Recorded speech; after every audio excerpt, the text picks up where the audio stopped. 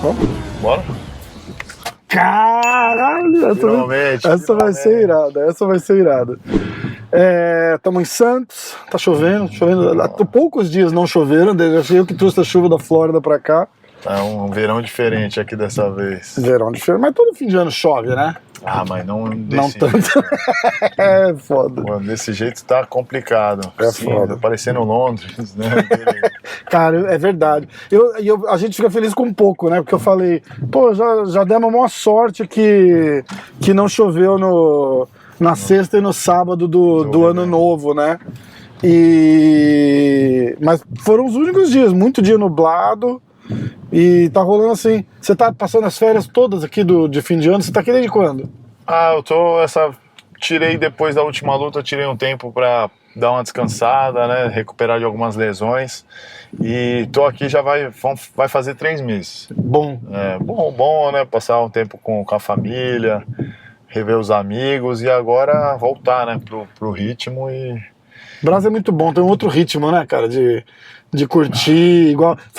Antes que a gente esqueça, vamos falar de onde a gente acabou de almoçar. Que tem que dar uma moral, galera. Quem tiver em Santos, chama de boa, né? De boa sushi. Que pariu. O restaurante aí, do Dig Vigarista. É Dig, né? Mas aí eu lembro do Dig Vigarista. Aí ficou, desde quando a gente começou aí. Cara, esse lugar tem um açaí. O Bochecha falou, você gosta? Eu falei, porra, eu gosto demais. Ele falou, vou te levar pra comer. E meu irmão... Eu vou te falar, não é porque é meu amigo não, mas é o melhor açaí que eu já comi no mundo. Cara, esse muito açaí bom. Não tem igual. Muito bom mesmo, muito bom mesmo. Experimentou de boa açaí. De boa açaí em Santos, vale a pena demais mesmo. Não é propaganda, é propaganda, mas merecida, porque vale muito a pena, recomendo total. Pô, eu almoço e janto todos os dias aqui. Todo dia? Caraca, cara. Não, de vez em quando eu vou a um lugar diferente, mas pô, onde eu como mesmo. Mas é legal, tem um menuzinho light ali, tem uma paradinha de vegetariano, né? Uma saladinha. Não dá pra errar, né? Não dá pra errar. O problema é que é um almoço que às vezes 4 horas de almoço, né? Você sente e a resenha vai, aí né? Vem aí vem outro. E Santos é uma cidade pequena, né? A galera, todo mundo se conhece. Então acaba sempre com o almoço, já teve almoço aí meu de durar 4 horas de sexta-feira. Cara, hoje não tá muito longe, a gente ficou 2 horas ali. É verdade. Boas 2 horas, fácil ali, fácil. Mas, você nasceu aqui, você cresceu nessa área aqui, né? Pô, eu nasci em Santos, né? E quando eu tinha por volta de uns 3, 4 anos, o meu pai, naquela época do Collor, que teve aquilo tudo, ele comprou às pressas uma casa em São Vicente, que é a cidade do lado. Sim. E desde então, meus pais moram lá, né? Agora, meu pai já tá morando comigo na Flórida e já minha mãe tá indo também. Que legal. Então, mas desde então, fui pra lá com 3 anos e... mas é do lado aqui, é da área, né? É da... meu pai é do Guarujá e eu me sinto caissara também. A gente passa a infância por aqui, né, cara? Mas aí, como é cidade vizinha, tipo, cresci em São Vicente, mas a minha academia que eu treinei sempre foi em Santos, entendeu? Pô, ia no cinema em Santos, tudo é uma cidade que acaba fazendo tudo na cidade vizinha, né? Foi aqui que você começou a treinar? Eu comecei a treinar quando eu tinha 12 anos, né? Numa academia bem pequena perto de casa, do meu bairro ali, coisa bem perto. Que foi minha irmã, né? Eu lembro que na época Malhação tinha um personagem, acho que era até o Cláudio Heinz, que era um faixa preta. É verdade. Aí minha irmã viu isso, falou, pô, eu quero fazer jiu-jitsu. E eu não lembrava disso, né? Outro dia que eu fiz uma entrevista e pegaram um trecho dele, eu falei, cara, é verdade, eu lembro disso. Pô, ele é um faixa preta de casca grossíssima, você tá ligado, né? Não sei, mas eu acho que no papel ele era um faixa preta. Mas ele não treinava, ele começou a treinar pra fazer o papel, ele falou. Eu já fiz um podcast com ele. Pô, que a gente tem um amigo em comum, o Duda, mandar um abração pro Duda. E E o Duda falou, quer gravar com ele? Eu falei, cara, ele tava me contando essa parada. Pô, e ele é faixa preta do Gordo, cara. Ele é casca grossíssima, assim. Pô, eu não sabia disso. E começou por causa do papel. Da malhação, muito louco. E, pô, foi minha irmã, né? Então ela falou, pô, quero treinar jiu-jitsu. Aí ela tinha 15 anos, né? Aquela idade adolescente. Pô, meu pai já conhecia ela, minha irmã sempre foi eu fui mais calma, ela sempre foi mais agitada. Meu pai sabia que se falasse não ia ser, né, uma guerra. Aí ele falou, não, vai, tá bom. Mas como chegou lá na academia, ele foi um dia pra ver, só tinha uma mulher treinando. E com ela seria a segunda, né? Aí meu pai não gostou muito, né, aquele clima só, né? Pô, só a galera não conhece, fala assim, fica todo mundo se agarrando. Então, iam aquele, né, os mal encarados, assim. Aí meu pai falou, não, eu tô com curiosidade, eu vou fazer também. Aí meu pai começou a fazer, ia de bermuda e camiseta, não tinha kimono, né, só pra meio que vigiar ela.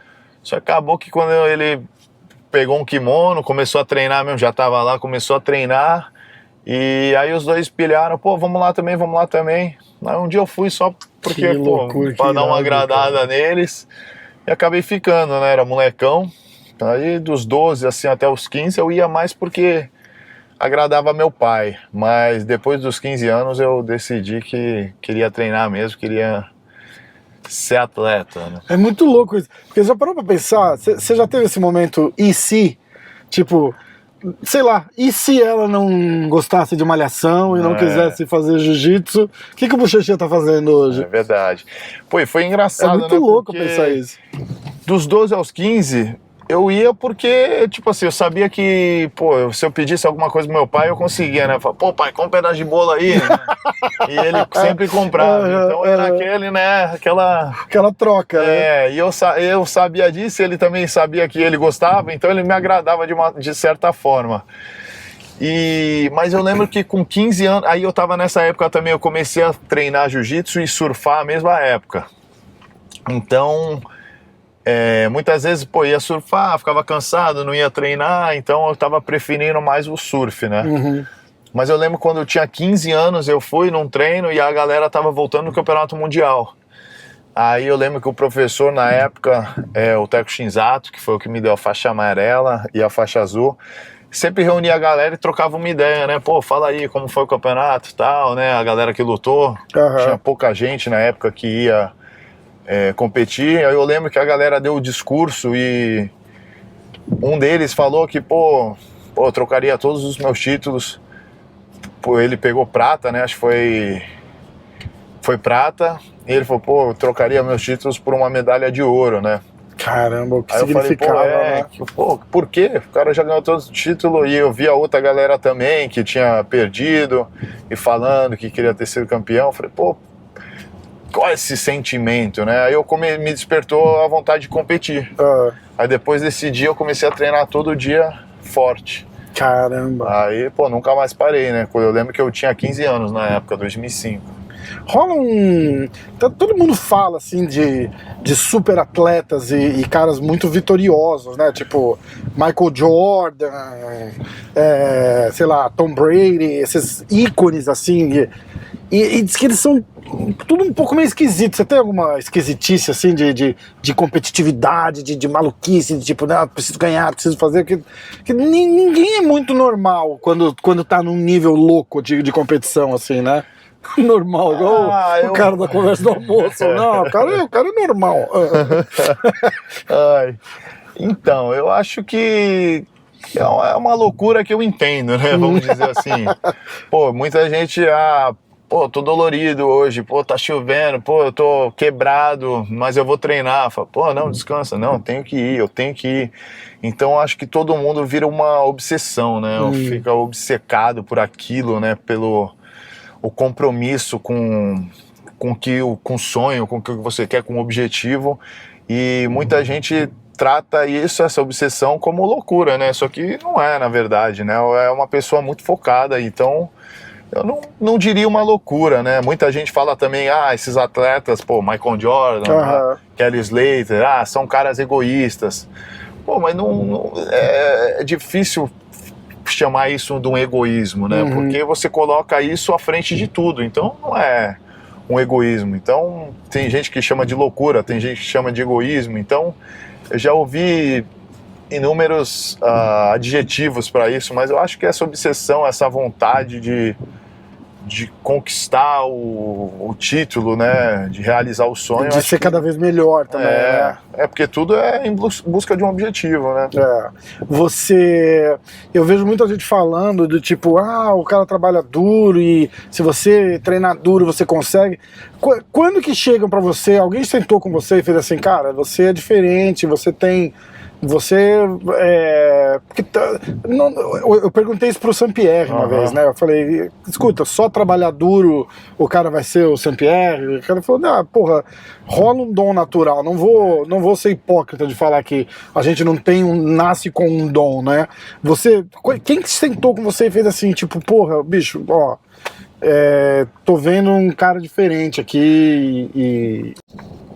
Eu acho que com certeza rola aquilo de você ser talentoso, né? De ter o talento, mas sem o trabalho, né? Sem o esforço, um do lado do outro, né? Exatamente.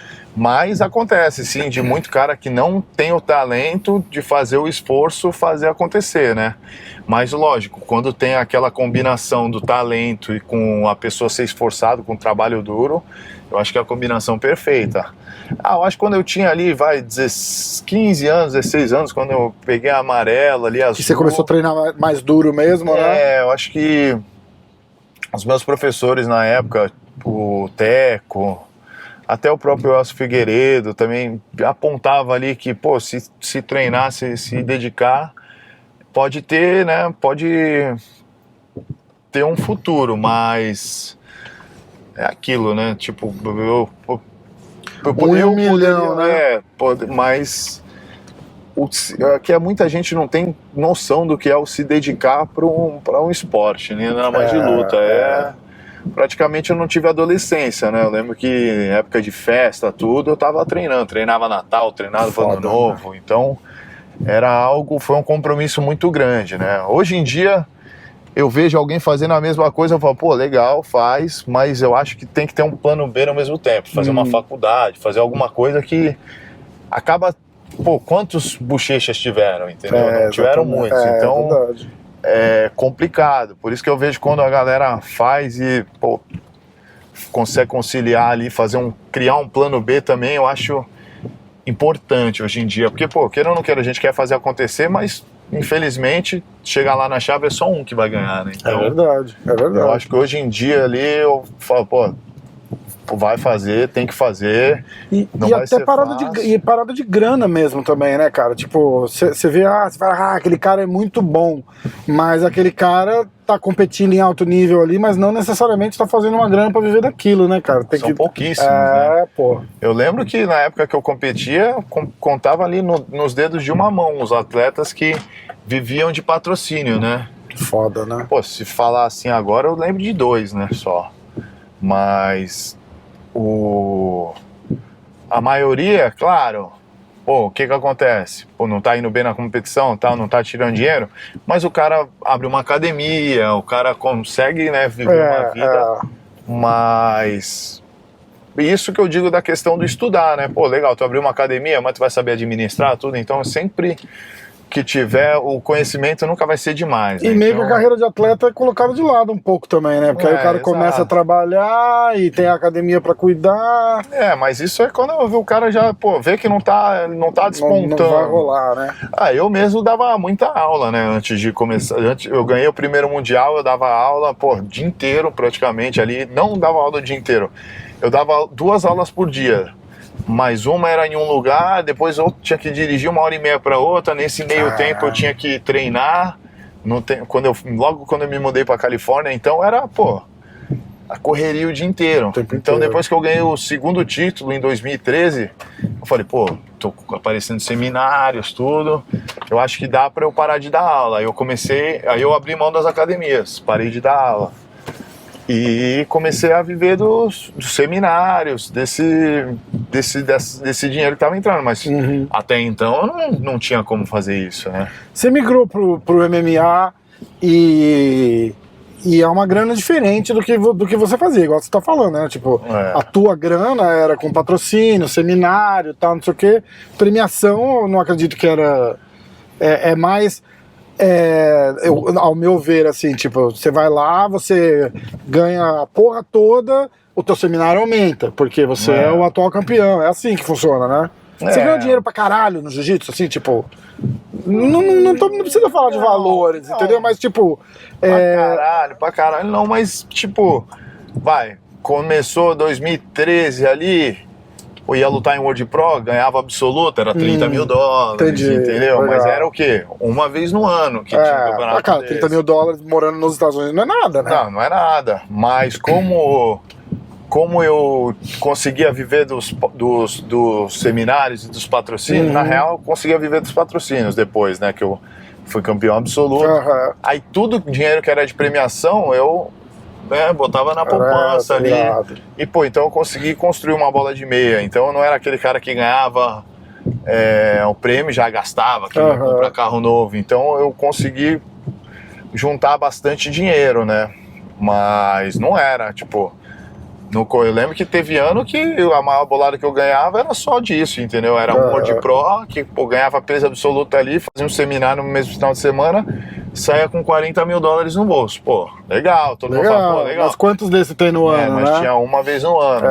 A DCC, 40 mil. Eu mesmo nunca ganhei o absoluto da DCC, mas saía de lá da DCC com 20 mil, né? Ganhava o peso, aí era visto absoluto ali, ganhando 20 mil. Mas, pô, era em 2 em 2 anos. Se ganhasse o absoluto, era 40, né? Poderia sair peso absoluto 50 mil, mas... De 2 em 2 anos, exatamente. O que eu acho legal, galera, principalmente essa molecada de hoje, assim, que vai e corre atrás e tal, não sei o quê, pra dar uma olhada. Tipo, porra, você tá do meu lado aqui, o cara mais vitorioso possível no esporte... E, bicho, trabalhou. Não tem Conor McGregor no jiu-jitsu ganhando 100, 200 milhões de dólares, né? Foda, cara. A galera tem uma visão muito diferente, né? Eu lembro que, pô, minha própria equipe, né, a Checkmate, eu lembro que tinha a galera que queria chegar lá, pô, eu quero morar igual Bochecha, morar na cidade de praia, pô, e só treinar. Porra, mas e o que eu passei, pra né? chegar no só treinar, né, cara? Pô, eu lembro que eu morei na academia. E é isso que faz o atleta, né, cara? A hora que você consegue desplugar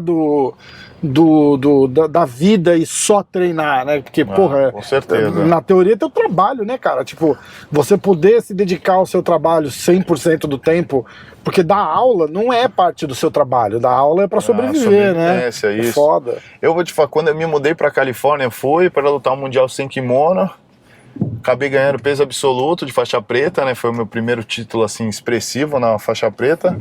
E eu falei, pô, virei campeão. E eu já tava pra parar, né? Eu já ia fazer uma faculdade, então já não ia... Caralho. Porque eu perdi o Mundial primeiro, né? O 2011, eu perdi na final. Aí eu falei, putz, então eu não sou essa promessa... Não vai rolar, né? Tipo, porque uma coisa é você ser bom e outra coisa é você ser bom pra viver disso, né? Tipo, eu ganhei tudo nas outras faixas, mas aí quando chegou no primeiro Mundial, eu perdi. Eu falei, puta, então eu acho que eu não era esse fenômeno todo. Aí eu já fiquei meio com aquilo, né? Já começou a ter aquela insegurança. Eu falei, pô, aí eu vou fazer o quê? Tem que fazer uma faculdade, tem que, né? Aí eu fui lá, vi o vestibular, tudo pra fazer o vestibular, e falei, mas... Eu lembro que apareceu um campeonato que pagava um carro em Brasília, né? No absoluto. Pô, 18 anos sem um carro era complicado, né? Eu falei... Eu lembro que no ano anterior o Rodolfo Vieira tinha ganho um Palio. Eu falei, pô, vou lá, né? Vou ganhar um carro, né? Eu falei. Só que eu tinha tanta confiança que eu falei, vou treinar e vou ganhar. Só que nessa época aí eu tava pós-mundial, já tava meio depressivo, já não tava mais treinando, a academia já tava tendo muito problema, então eu já não tinha mais aquela vontade de ir pra academia. Resolvi parar, fiquei um mês sem botar o kimono. Pô, aí eu fui lá, aí me animei pra treinar pra lutar por esse carro, depois eu já ia lutar nos Estados Unidos, que era também tipo a minha despedida, né? Fui lá, consegui ganhar um carro em Brasília, de Brasília eu voltei, chegou lá, dei azar que o carro era uma caminhonete tipo de feira, eu nem entrava no carro. Puta que pariu. Tentei entrar no carro, meu joelho batia no painel. Falei, puta, dei azar. Caraca. Aí, vendi ali no tatame mesmo, né, o carro. Lembro que na época, foi 16 mil reais. Pô, 16 mil reais pra virar jiu-jitsu era coisa. Mas, pô, me adiantou muito aquilo, né? Acho que até moralmente pra você, né? Tipo, emocionalmente, né? Você sentindo do jeito que você tava, vai lá e ganha a parada, pô, legal. Tô vivo ainda, né? Tô no jogo. Aí na semana seguinte fui ganhar peso absoluto no Mundial. Eu fui capacidade pra ficar 2 semanas, né, lá nos Estados Unidos. Caramba. Aí falei, aí o Lucas Leite, né, que é o cara que, pô, se não fosse ele, eu não conseguiria ter conquistado nada, né? Ele falou, pô, tô indo pro Brasil, eu falei, não vou pro Brasil, é o maior cara, quer ficar aí, dar minhas aulas particulares. Caramba. E tu fica com o meu carro, eu vou ficar lá 1 mês. Eu falei, pô, lógico, então demorou. Caramba. Aí eu fiquei lá, vivendo a vida dele, né, morando na casa dele, dirigindo o carro dele e dando as aulas dele. Aí ele me ligou e falou, pô, vou ficar mais 1 mês, faz muito tempo que eu não venho pro Brasil. Eu falei, não, tá tranquilo. Aí quando ele voltou, um dos alunos particular dele tinha uma academia, me chamou para dar aula na academia dele, que foi o Cris. E eu lembro o outro cara que ligava para ele todo dia, pedia aula para ele todo dia. Pô, dá aula na minha academia. Ele falou, pô, já dou aula em várias academias, eu não tenho tempo. Ele falou, mas eu tenho um moleque aqui que é bom professor. Não, mas a gente quer você. Ele falou, ó, mas esse cara vai ser o melhor do mundo ainda, hein? Caralho. Aí eu falei, não fica falando isso, né? Aí o cara falou, tá bom, que foi o Tony, né? Que foi depois o meu outro patrão, que eu dava aula na academia dele. Pô, aí, por causa do Lucas, que eu arrumei as 2 academias que eu dei aula durante vários anos lá, né? Que legal, cara. E, pô, foi assim, aí eu comecei a me virar, né? Sobrevivia, dava aula ali só pra sobreviver, morava na academia do Lucas, à noite lá em La Habra. Puta, aí era frio, né? Pô, pra não tomar banho lá de fora na academia, ia na 24 Hours lá na frente, fazia um ferro, já tomava banho, voltava e dormia. Aí a galera fala, pô, sofreu? Puta, que sofrimento. Foi a época mais feliz, porque eu vivia do esporte ali, fazia o que eu amava, já acordava na academia e foi animal, mas muita gente bota isso como, foi sofrido, morei na academia, tomava banho na... Não, foi, pô... E é uma parada meio natural, tipo, você não acha que você tá sofrendo, você tá vivendo ali... Mas muita gente conta isso como história triste, né? Eu, pô, amarradão, tanto que eu fui lá no Mundial, ganhei peso absoluto nesse ano, fazendo isso. Que irado. Aí as coisas começaram a melhorar, né? Aí eu lembro que... Aí eu virei um motorista do Lucas, eu dirigia ele e tudo. Aí ele falou, não, tá ruim isso aí, eu vou comprar um carro e deixar isso contigo. Ele me deu um carro. Caralho. Né? Pô, aí me salvou, né, na Califórnia. Aí foi o começo ali, se não fosse ele ali apadrinhar, né, eu não ia conseguir. E o muito louco é que você já era o campeão, né, cara? Campeão peso absoluto. Não, na real, ele já tinha pego um carro no começo ali, né? Mas eu lembro que eu ganhei peso absoluto, eu já tava com o carro, né? Já tava... Não, mas o que eu digo assim, tipo... você já campeão, já se consagrando ali e vivendo aquela... Sabe quem me falou uma coisa uma vez que bateu bem forte, assim? Acho que foi a Michele, cara, Nicolini. Ela fez, fui lá, não sei o que, ganhei o campeonato mundial, pai, não sei o que legal, não sei o que. Segunda-feira, tudo igual. Tudo igual. Tem que dar aula, tem que trabalhar, tem que pegar um ônibus, tem que não sei o que, acabou. O glamour acaba ali, depois que você recebe a medalha. É muito louco isso, cara. Eu lembro que eu fui, no 2012, eu fui campeão, né, peso absoluto. Pô, tava, né, foi o primeiro drink que eu tomei, eu fiquei rico, paguei drink pra todo mundo. Segunda-feira, quando eu fui olhar a conta, sem dinheiro. Caralho! Falei, aí foi aquele choque de realidade, né, nada mudou. Demora, né? Eu acho que é aquela velha história, né? Eu lembro que o Chaves, que é um grande amigo meu, que foi um cara que praticamente me levou pra América, ele olhou pra mim e falou, pra não falarem que é sorte, vai ter que ir lá e fazer de novo, vai ter que ganhar de novo. Foda, né? Eu falei, é real, né? Eu fui lá, 2013, peso absoluto de novo. Aí a galera começou a dar uma respeitada, né? Aí começou, aí 2013 começou a aparecer convite para seminários, patrocínios começaram, né, a ter um patrocínio. Já fulano de tal, 2, 3 vezes campeão mundial, os caras fazem Até então meu patrocínio era a marca brasileira, pagava em real, eu já morava na América, então aí eu comecei a receber melhor patrocínio, então aí eu falei, pô, já dá para eu viver uma vida de atleta. Aí eu parei de dar aula, então aí depois do segundo ano que eu ganhando 4 títulos mundiais, que eu comecei a ver diferença. Até então, continuou a mesma vida que você falou. Acorda lá, pegar trânsito e dar Segunda-feira já aula, era, né? dar aula particular. Quando a gente gravou, faz uns 2 anos já, 3 talvez. Rolou meio que um breaking news ali, assim, você deixou escapar de leve a notícia, assim, eu não me liguei muito. E aí um cara que tava assistindo e fazendo uma edição pra mim, falou assim, ninguém sabe dessa porra aí não, que você tava falando, não, eu tava fazendo um treino de boxe ali agora, e tô indo vou fazer MMA e tal, não sei o quê. E não era, você já é um cara que fala pouco, né? Não tem milhares de entrevistas com você, e aquele período especificamente, uma galera falou assim, caralho, como assim vai pro MMA? Como assim? E eu lembro que ficou aquele buchicho, e fast forward 2 anos e pouquinho, você tá no One. Tô aqui até fazendo uma moral pro Chadra aqui, ó. Afirma. 4 vitórias, 4 finalizações, assim, de vias rápidas, né? Você se embaralha também do jeito que eles falam aqui? Porque finalização é necessariamente jiu-jitsu, mas lá quando fala assim, finish the fight, via rápida, isso. Que muita gente confunde, né? Porque 4 finalizações, na verdade foram 3, né? E 1 nocaute. Isso. Então. E tudo no primeiro round, cara. Como que tá a vida e como que foi, né? Tipo, como é que fala? Tipo, a transição, né, cara? É muito louco isso. Porque a expectativa tá sempre super alta pra você, pra tudo, né?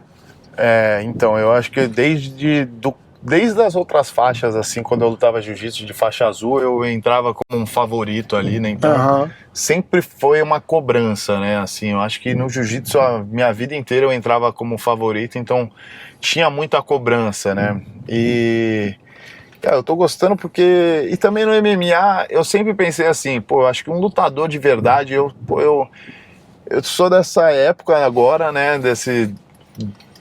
Estamos em 2023 agora, mas, eu me sinto ali, eu gosto muito do estilo da galera da antiga, né? Daquela época, eu lembro quando o Leozinho começou, quando o Arona lutava, o Minotauro, né? Eu acho que aquilo ali era o espírito de verdade, né? Então, eu sempre me espelhei muito nesses caras, e eles eram aquilo, né? Acho que o lutador de verdade é aquilo, que luta de kimono, luta sem kimono, e se testa no MMA também. Lógico, MMA não é pra todo mundo, não é todo mundo que gosta, mas eu acho que o com e sem kimono sempre vai ter um que é a tua área de conforto, e tu lutando o outro, tu vai sair da tua área de conforto. Então não é questão do lógico, eu sou muito bom de kimono, mas aí eu vou ficar com medo de sem kimono ali porque eu posso perder. Então eu sempre fui dessa parada, eu falei, não, vou lutar com kimono, ganhei ali, me tornei o maior campeão da história, 13 títulos, lutei, tirei o kimono, treinei, consegui, treinava só pra lutar o campeonato, né? No SCC ali 2, 3 meses,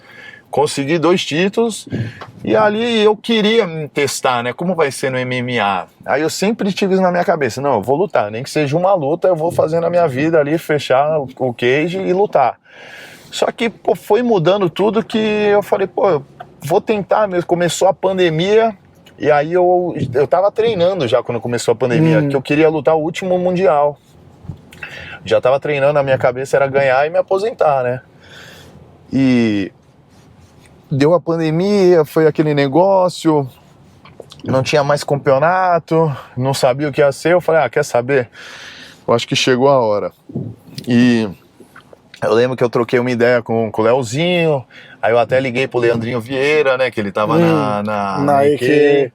Falei, Leandrinho, eu quero lutar. Ele falou, o DC vai fazer a luta dele, de aposentadoria, que era a terceira, né, com o Miotite, e estamos treinando aqui. Falei, mesmo, vou colar aí. Ele falou, cola aí, vê qual é que é, se tu vai gostar. Mas até então eu sempre fazia uma manopla de boxe aqui, fazia lá com o Perilo na Ruca, né? Até o mundo que é dos meus treinadores hoje em dia, o Gabriel de Oliveira, de boxe. Sim. Eu lembro a primeira vez que eu tive contato com o MMA foi com que o Vitor Belfort me chamou pra fazer um camp, acho que em 2011. Caramba!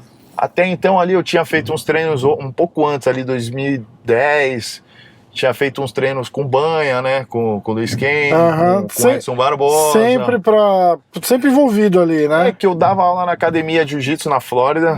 Antes da Califórnia, eu morei 1 ano na Flórida. E eu dava aula na Harmony, né? Aí eu lembro que quando eu cheguei na Harmony, o Edson Barbosa, o Júnior, tava lá. O Banha tava lá já. Aí o Marlon Moraes chegou depois. Caralho, porque a gente chegou pra dar uma aula. Eu dar aula de jiu-jitsu numa academia e o Marlon na mesma academia de Muay Thai. Então a academia era um pouco longe e tínhamos só um carro, né? Eu e Marlon. Então a gente ia no mesmo carro. Eu dava aula de jiu-jitsu, esperava ele dava aula de Muay Thai e a gente voltava. Então, assim que eu conheci o Marlon, né? Então, foi o meu primeiro contato. Aí depois, no ano seguinte, eu, tive o Vitor Belfort tá chamando você aqui. Eu falei, oportunidade maneira. Eu nunca tinha feito um camp. Aí eu fui, até fiz uns treinos ali com o Gabriel e tal, mas era aquilo, né? Fazer aí e tal. Puxava uma manopla, mas nada demais. Então, eu nunca tinha feito algo específico pro MMA. Lógico, treinei muito wrestling, por causa do ADCC, né? Sim. Então comecei a treinar em 2013. E usa bem também, né? Queda, controle e tal, não, total, né? do wrestling, né? Não, total, né? E aí eu lembro que treinei um pouco na AKA, mas quando eu fui treinar lá na AKA era só puro, né, grappling com eles. Eu não fiz nada de... Fiz um dia assim brincando até com DC ali e tal, mas não fiz nada de MMA. Então, o primeiro que eu fui pensando em MMA foi esse último camp aí do DC. Aí depois disso troquei uma ideia com o Ali e falei, Ali, quero lutar. Eu lembro que eu conheci o Ali em 2013. Ele já era teu empresário no jiu-jitsu? Não, mas eu conheci ele em 2013 numa das lutas do Marlinho, né? Do Marlon Moraes. Eu lembro que eu treinei com ele, ele me engatou aquela finalização que ele pega todo mundo lá, que ele tem uma secreta. E eu lembro que era aquele negócio ali, semana de luta, então o tatame tava cheio, todo mundo olhando. Tava engatado, eu não sei, eu não bati de ruim ali, porque eu vi que ele queria muito me pegar. E eu já era o campeão, né? Campeão mundial e tal. Aí eu lembro que ele cansou ali. Não foi nem que eu saí, ele cansou, né? Aí ele não me pegou, ele falou, eu pego isso de todo mundo e tal. Aí viu aquele clima ali, aquela resenha, né? E eu virei um amigo, né? Eu falei, Ali, tu quer ser empresário? Ele falou, cara, e ninguém tá ligado nisso, mas ele é casca grossa, cara. Muito. Puta que pariu, não, ele pega todo mundo. Ele fala, foda. Ele mesmo fala, 2 caras que não bateram nessa foi você e o Cobrinha. Caralho. Cobrinha, mas de resto, assim, todo mundo ele engata essa porra, ele pega. Aí foi assim que eu conheci o Ali. Aí eu falei, ele quer ser meu empresário? Ele falou, não trabalho com jiu-jitsu, mas quando você estiver pronto pra lutar MMA, pode me ligar. Aí depois disso eu falei, Ali, tô pronto. Ele falou, é isso? Eu falei, é. Ele falou, então, peraí. Lembro que passou 2 dias, ele já me ligou num face call com o Chatri, que eu já conhecia. Foi assim, assinei com o Ali, na segunda, na quarta assinei com o An. Caramba! Tinha proposta de outros eventos na mesa? Praticamente todos, né? E a escolha foi de um... Como é que eu vou dizer assim? De um plano de evolução. Tá certo que eu tô... Então... Sim e não. Tinha aquele negócio, né? E aí, tu quer ser aquele cara de lutar evento de bairro, construir recorde, ou tu quer já ir, né, na parada mesmo? Eu falei, esse negócio de começar muito de baixo também não quero, mas também não quero já me jogar com o tubarão de cara. Porque você entra num UFC da vida, e vamos dizer assim, eu vou comparar com o Kron, tá? Que apesar de não ter as mesmas qualificações esportivas, é um grande nome do jiu-jitsu e ele é filho do Rickson, tem o nome Gracie, que isso pesa, né? E o cara entra a peso de ouro, só que ele tem que entregar o peso de ouro que os caras estão pagando pra ele. Ele não tinha essa experiência. Mas eu acho que não foi a estreia dele no UFC, né? Acho que ele teve umas lutas antes. Ele fez uma luta acho que no Rising. Acho né? que Tipo, 2 lutas no Rising, 3 lutas no Rising, entendeu? Mas então, eu não tinha nem essas 2 lutas. Então. Aí eu falei, então mas eu me arrisco, vai. Aí o Ali falou, então beleza. Aí ele, né, falou das propostas, só que como eu já tinha conhecido o Chatri, porque o cara que me deu a faixa azul e amarelo, o Teco Shinzato, ele dá aula na Evolve, que que legal. Então eu fui convidado, eles falaram, traz o Bochecha aqui pra dar um seminário. Aí, pô, uma galera da Evolve daqui de Santos, do Guarujá. E o Chatri ama jiu-jitsu, né, cara? Pô, ama. E quando tem essa ligação com o Renzo. E quando eu fui lá, pô, primeiro dia que eu fui lá, eu sentei na mesa com o cara. O cara é um super importante, né? Eu sentei na mesa com ele, troquei ideia com ele e viu a forma que ele tratava os atletas, né? Do AN ali, os atletas não só da organização do AN, mas da Evolve, né, os professores da academia, aquele respeito, ele, pô, o primeiro professor dele de Muay Thai dá aula até hoje na Evolve ali, ele, tipo, tem um respeito, então eu vi que não é, pô, o trash talk ali que vai te dar uma luta, não, mas é você ser um artista marcial, e eu entrei no AN como, pô, 13 vezes campeão mundial de jiu-jitsu, não foi como um cara, o cara é bom de jiu-jitsu, não. Eu entrei lá com a galera me respeitando pelo que eu fiz na minha carreira como atleta, então eu falei, não, pô, isso aqui é o lugar que eu quero. Legal. Eu não vou precisar ser um idiota ali, ficar falando, xingando os outros. Falando exatamente. Pô, não sou eu isso. Então eu falei, pô, esse lugar aqui é onde eu quero. E precisa estar num evento pé no chão, assim, que fala assim, porra, a gente tem um diamante aqui e a gente tem que ir lapidando devagarzinho, não dá pra chegar, porque, cara, do mesmo jeito que você tá indo aí 4 vitórias boas, os caras podiam falar, porra, vou arrebentar de vender, vou botar esse cara pra fazer uma luta que você não tinha experiência ainda, não tava preparado, vai, já perde, e aí você fala, que merda foi essa, entendeu? E não é todo evento que faria uma coisa assim, eu acho que isso foi uma... Só que ao mesmo tempo, acho que eu também entrei com aquele negócio que você falou do peso de ouro, né? Pô, o cara aí, pô, entrou bem no pelas suas credenciais, né? Exato, e também não entrei como qualquer um, então também, pô, não ia ser, não, eles, claro, queriam também que eu, né, desse ali o retorno exato. Mas você deu. Sim, mas a primeira luta ali, pô, o campeão do K1 já, tipo... então, muita gente fala, pô, o Braddock ali, eu lembro que a primeira vez que eu assisti o highlight dele, eu nem dormi à noite. Eu cheguei e falei pro Catel, pô, Catel, fui assistir o highlight do cara, nem consegui dormir, mano, sonhava que eu tava tomando aquele... Caralho, aí ele falou, não, cara, não assiste highlight dos outros que tu vai lutar, assiste o teu. Aí o Catel, que, pô, é meu treinador, meu mestre, ele falou, assiste o teu, dando risada, eu falei, não, beleza. Mas, pô, o Braddock também, que eu já conhecia, né, pô, um grande amigo... mas eu sabia que, pô, era um erro ali, não é... exato, é uma luta assim, vamos falar a real, assim, é um estilo bom pra você, porque é um cara que, entre aspas, não tem jogo de chão, mas é o que você tá falando, você vacilou, meu irmão, só que, pô, boa noite, eu nunca coloquei uma luva de MMA na mão. Caralho, aí ia lutar com um cara que, pô, já foi da casa do Ultimate Fighter, já tem várias lutas de MMA, pô, já foi, pô, uma das maiores lendas aí do kickbox, né, lutador do Glory. Então, pô, não foi uma luta que... meio mordendo a minha língua, falando, nutriram assim, tipo, o estilo é bom pra você, mas não, teoricamente, vai ter que lutar pra ganhar, né? Mas pra você derrubar ele, você vai ter que chegar perto. Exatamente. Aí, exatamente, pô, caralho. Deu certo. A segunda, pô, tu vai lutar contra o coreano que, pô, nocauteou, tem 5 lutas, nocauteou a 5. Eu lembro dessa. Falei, puta, também não é uma luta que eu posso dar mole. Aí a terceira, lutei com um cara também do faixa preta jiu-jitsu. Que é o Simon Carson. Aí muita gente falou, essa luta o Bochecha vai querer se soltar, vai querer trocar. Mas, pô, senti ali que ele tava muito mais confortável que eu. Falei, não é o momento. A experiência, né, cara? Exatamente. Você fica muito nervoso ainda? Pô, eu ficava muito mais no jiu-jitsu. Sério, cara? Puta, não tem comparação. Caramba, jura? O nervosismo que eu sentia pra lutar uma final de absoluto é algo que... Mas era nervosismo de ter que entregar por ser... Porque isso acontece também, né? Tipo, porra, eu sou o Bochecha. E não do jeito arrogante, mas do tipo... Então... Tá todo mundo em volta ali olhando você e você é a atração da parada, né? Eu acho que era uma parada muito louca, né? Porque o ginásio, eu olhava aquele ginásio, a pirâmide cheia, todos os lugares ali ocupados, todo mundo olhando... a última luta do evento que era eu, né? Então, foda, né? pô, todo mundo tá ali, queira ou não queira, tá te olhando. Então todo mundo tá. Então era uma pressão gigantesca. Isso é uma sensação muito louca. Você entrar, igual você tá falando, na pirâmide, assim, no dia da final, você andando assim, você sente todo mundo observando, falando, ó, bochecha, né? Aquele negócio que arrepia, foda, né? Que. Caralho. Pô, só de lembrar, agora eu tô irado, né?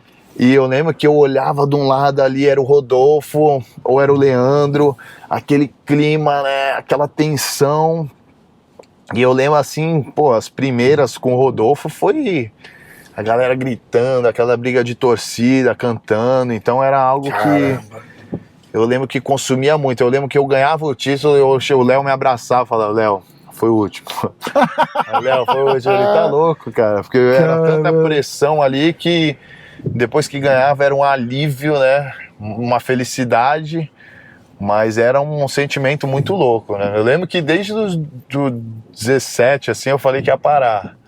Mas aí eu lutei 18 e lutei 19 também. É muito louco. Você vê o outro lado, o Rodolfo falando. Quando eu conversei com ele, ele falou assim, tipo... Que você chega num nível... Que ele falou, cara, tipo... Eu não achava que eu ia conseguir ficar melhor do que eu já era.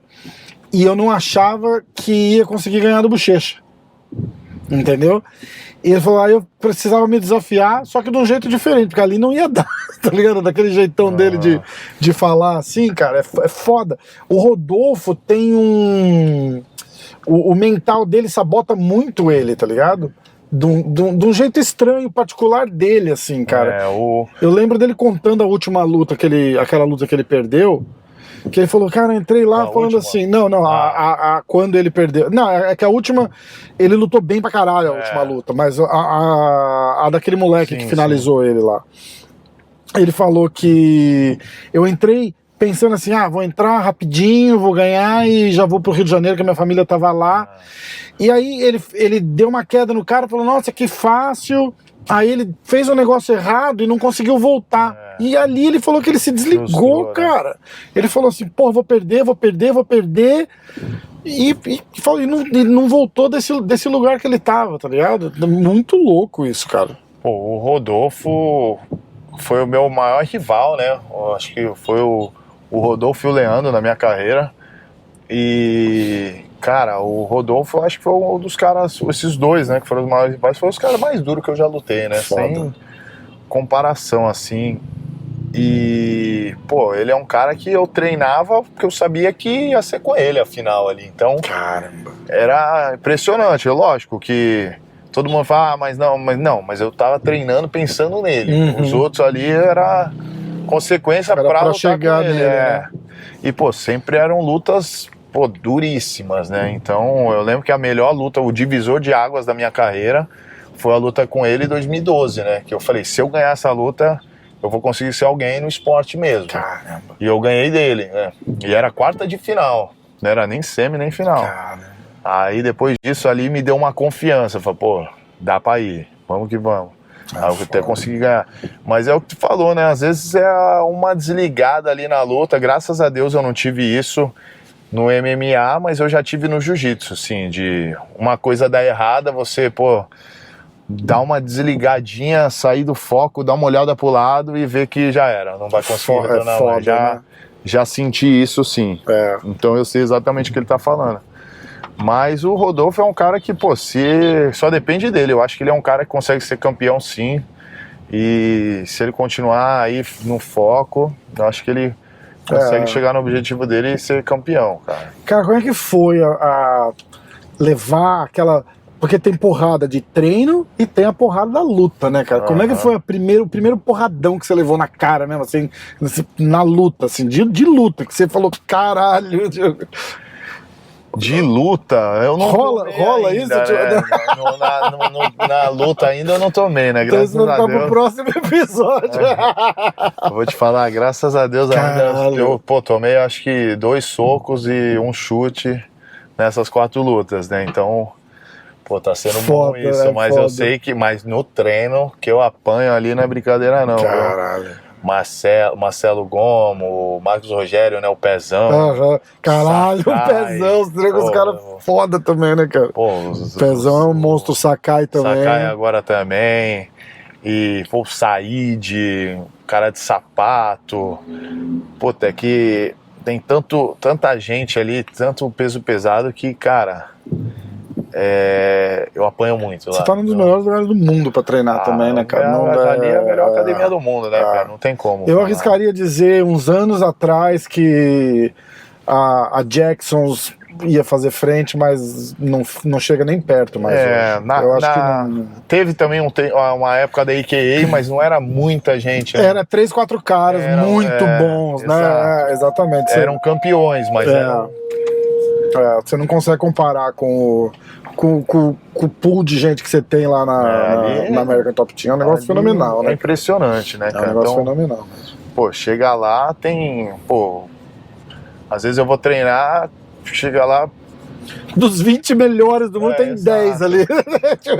Vou fazer hoje eu quero fazer um treino de wrestling. Pô, o professor é o Steve Mocco.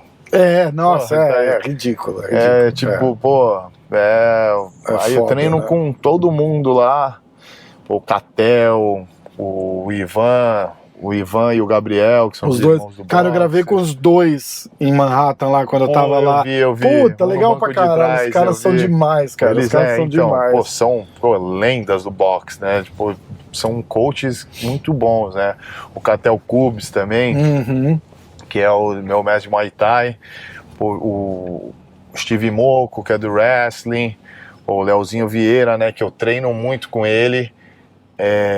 Sempre que posso eu vou pra Califórnia, ele ainda participa todo o sparring, eu filme e mando pra ele. Então ele continua muito assim ativo, teu head coach de coração ainda, né? Sim. Legal. Tem o Conan, né? O Conan Silveira, que é o nosso head coach lá também, que me ajuda muito. Então eu tô cercado ali de a galera muito boa, né? O Diego Lacerda, que é o meu preparador físico. Então, com essa equipe de coaches e o material humano ali de parceiro de treino, eu tô no... Tanto que eu me mudei, né? Morei 10 anos na Califórnia. Quando eu fui lá, logo depois daquele treino ali que eu dei com o DC... Você deu uma eu achei isso legal pra caralho, que você deu uma zanzada por aí, né? Tipo, pra dar uma sentida, tipo, o que eu vou... Eu falei com o Ali, até o próprio Conan, que eu conversei com ele, ele falou, meu irmão, vai em todo lugar e vê onde tu vai se sentir melhor. Legal isso. Eu lembro que eu troquei uma ideia também quando eu tava nessa transição, tive a oportunidade de falar com o Cerrudo, né? Que legal. Eu tava em Las Vegas, no quarto do Ali lá, o Cerrudo tava, eu falei, o que tu acha? Ele falou, meu irmão, vai em todo lugar, vê onde tu se sente bem, e o lugar que te derem atenção é importante, não ficar nessa de, não, essa academia, onde tu sentir que estão te dando atenção, vai ser legal. Cheguei lá na TT, me trataram muito bem, legal, né? E eu tinha aquela imagem que, MMA é cada um por si, né? No jiu-jitsu não, no jiu-jitsu é aquele negócio família ali, tu tá todo dia... E eu tive exatamente o mesmo sentimento quando eu cheguei na TT, entendeu? Que legal. Claro, é uma academia gigantesca, então todo mundo fala, tem grupos. Lógico que tem grupos. Tem suas turmas, você tem a sua. Tem a galera. Então, todo dia ali, todos os treinos, treina eu, o Marcelo, o Marcelão treina o Pezão, o Sakai, o Said, o Vitão, legal, o Sapato. Cara. Então, tem aquele grupo que, a gente treina todo dia junto, então ficou muito forte, né? E sem contar que tem,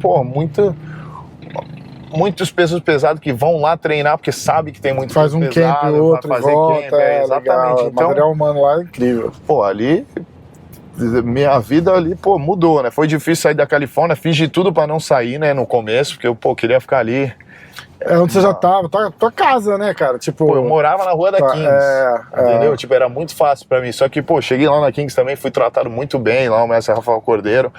O Verdun tava lá na época, mas aí foi a época que o Verdun foi pro Brasil e não tinha mais nenhum peso pesado. E tava difícil de achar um peso pesado grappler, né?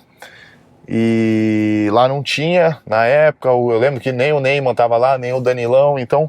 Ficou difícil ali, eu falei, quero treinar jiu-jitsu, né? Então preciso da galera me puxando no jiu-jitsu.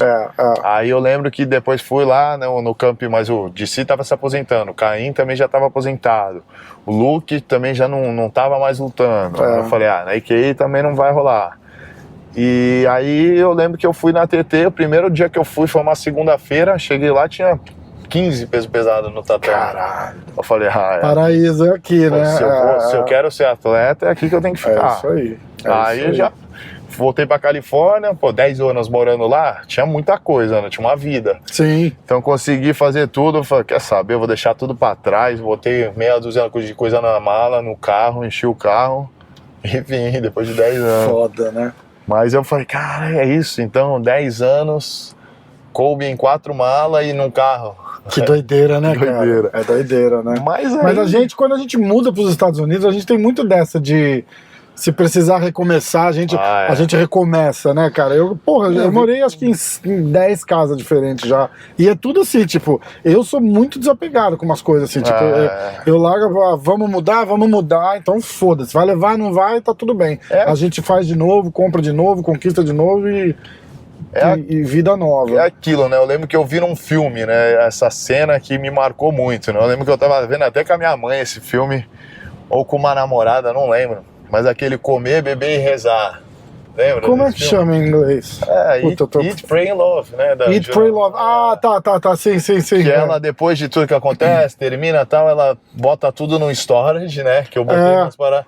Aí ela fala, pô, toda a minha vida cabe num storage. Aí o cara fecha a porta e fala, mas metade das pessoas, a maioria das pessoas nem voltam pra buscar essa vida. Caralho. É real, né? É real mesmo. Tu fica 5 anos fora, depois tu fala, pô, tô vivendo, não preciso nada daquilo que tá lá. É isso mesmo. E foi isso, né? Mesmo. Eu já deixei muita coisa no storage que eu nem precisava de nada, mas fui lá e peguei. Tanto que, pô, deixei muita coisa pra trás na Califórnia, né? Caramba. Deixei, pô, uma casa mobiliada. Em algum lugar da Califórnia tem um storage cheio de memorabilia do Bochecha. Não tem. Eu tirei do storage, mas, pô, deixei tudo na casa lá, entendeu? A casa que eu morava virou a casa dos atletas, né? Ah, que massa! Da Checkmate. Que massa! Então eu falei, pô, vou deixar isso aí, eu volto, hein, pra pegar. Pô, tem prancha, tem skate, tem kimono, tem roupa de treino, tem, pô, coisas. Então tá tudo lá ainda, né? Mas não faz a mínima falta, né? Então... É foda. É desapego, né? Tipo, porque não precisa se apegar, né? Eu tenho altas discussões com a minha mulher sobre isso, assim, porque, tipo, tem coisa que não precisa. Você lembra um negocinho, um vasinho vermelho que a gente tinha? Eu falo, não. Nossa, você não lembra de nada. Eu falo, mas é melhor viver assim, né? A importância que tem, né, cara? De verdade mesmo, assim. Não sei. Eu concordo. Deixa eu virar aqui. Isso aí é algo que, pô, não é todo mundo que tem, né? Eu acho que quem mora na América há muito tempo tem muito disso, né? Que é verdade. O que tu precisa de verdade cabe num carro e tu leva. É isso mesmo. A gente começou sem porra nenhuma lá, né? Ou no sofá de alguém, ou na casa de alguém, no quarto de alguém. É muito louco. Eu lembro quando eu fui pra América a primeira vez, eu fui com $1.000 no bolso. Eu tinha acho que 5 mil, mas assim... Tava aqui, meu pai ia me mandar 1.000 e pouco por mês, assim, sabe? Você vai se virando, se apertar eu mando, eu mando. Foi foda. Eu lembro que eu fui com 1.000, mas eu não tinha nem essa opção, assim, eu falei, vou me virar. Caraca. Mas, pô, acabou ali que foi por causa do Lucas, né? Pô, eu tive ali as oportunidades de dar aula rápida. Mas você chega com... uma parada pra oferecer, né? Tipo, a galera te conhece, entra lá, você tem que trabalhar, não tem exato, né? Não é de mão beijada. Não tô dizendo isso, mas assim, você vai lá e fala, pô, posso dar umas aulas, tá, não sei o que, eu não tinha talento pra oferecer, eu fui procurar entregar jornal. Aí começa a entregar jornal, e vamos, e ganha, sei lá, $150 por semana. Mas vai indo. Exatamente. Pô, faria de novo, amarradão, é legal pra caralho. É legal pra caramba. Pô. Como é que foi assim, de parada de preparação, assim, qual que é a maior diferença, tirando a arte em si, lógico, né, de MMA pro jiu-jitsu, o que muda na preparação, assim, física, mental, principalmente, assim, levar porrada muda tudo? Pô, muita gente, eu tentei levar o meu pensamento ali, a forma que eu pensava, a forma que eu me preparava, eu tentei levar tudo isso, a minha bagagem do jiu-jitsu pro MMA, né? Pô, mas é totalmente diferente. Sim, mas eu sei o quanto eu consigo treinar, eu sei o que eu preciso fazer, eu sei o que eu preciso me abdicar, eu sei os sacrifícios que eu preciso fazer para me tornar campeão. Então, eu usei tudo isso para me ajudar nessa transição, né? Então, me ajudou bastante. Tanto que, pô, eu eu faço 2 treinos por dia, muita gente, pô, tem que treinar mais. Não, mas fiz isso no jiu-jitsu ali, eu sabia que eu conseguia. Também não adianta treinar que nem um louco, ter overtraining, que também... Não, exatamente. Então... E você tem a parada do tamanho também, né, cara? Você não pesa 80 quilos pra... Exato. Então... vou correr 10 milhas e faz... Não pode. O nosso corpo responde diferente, né? Nosso corpo, se eu tivesse o porte físico dele, né? Eu tô falando com o cara grande, mais pesado. Sim. Mas não é peso pesado, todo mundo entende. Não, se me chamarem pra lutar semana que vem, não bato o peso. Eu já tô fora do peso. Morre na sala. Caralho, é foda, cara. Não, mas então, essa bagagem, né, claro, me ajudou muito da experiência, né? Só que, pô, chegou lá é totalmente diferente, né? Então eu lembro que o primeiro ano, vou te dizer assim, o primeiro ano foi muito frustrante, que eu lembro que eu ia treinar com os caras que, pô, por exemplo assim, o Said, que é um cara que, pô, é um dos meus principais parceiros de treino. Ele é peso pesado do Bellator, eu mesmo não conhecia ele, não conhecia muito a galera do MMA. Eu fui treinar com ele ali, só que o cara é muito bom. E parece que ele nem tá tentando, então eu pegava as costas dele, bom, ele saía. Aí ia fazer um ataque, ele saía, eu perdia muita posição. Caramba. Então eu falei, cara, meu jiu-jitsu é horrível, tipo, não funciona. Então começou a frustrar muito. Até eu conseguir entender, pô, tá diferente, pô, eu tô caindo muito, pô. E a luva atrapalha pra caralho, não atrapalha no começo? No começo atrapalha. Né? Porque você ainda tem aquela coisa do jiu-jitsu, né? E muita coisa também, você, pô, quer pegar as costas de alguém e você... Você esquece tudo ali, faz cego, né? Pegar as costas. Pô, no MMA não existe isso. Se tu vai tentar pegar as costas, tu coloca tuas costas no chão e o cara vira, pô, tu tá por baixo. Tu vai levar porrada pra caralho. Então, peso pesado, não pode dar esses mole. Então, no jiu-jitsu, pô, acontece isso, tu tá fazendo agora, tu tá em casa. Aí eu comecei a ver isso no MMA, né? Pô, perdi tava nas costas, tava no céu, bum, um erro ia pro inferno, né? Pô, o peso pesado tá ali em cima. Porra, ground and pound é tudo que você quer na vida pra acaba a luta, né? Exato, acaba então, a luta. Pô, e o jogo por baixo de guarda, diferente quando tu tá tentando pegar um braço e o cara só tá tentando sair. Diferente quando o cara tá saindo e te batendo. Foda, então, né? pô, ou muitas vezes o cara nem quer sair, ele quer ficar ali na fechada te batendo. Então essa adaptação demorou. E claro, até chegar aí, tinha que, né, começar a luta, o em pé, o andar, o mão em pé. Então, o que mais me dificultou, o que mais eu senti dificuldade foi a transição, né? Não a transição do jiu-jitsu pro MMA, mas eu digo, pô, tamo ali, tá em pé, eu tô trocando contigo. Daqui a pouco eu grudei, wrestling, a explosão, bum, derrubei, jiu-jitsu, bum, tá em pé.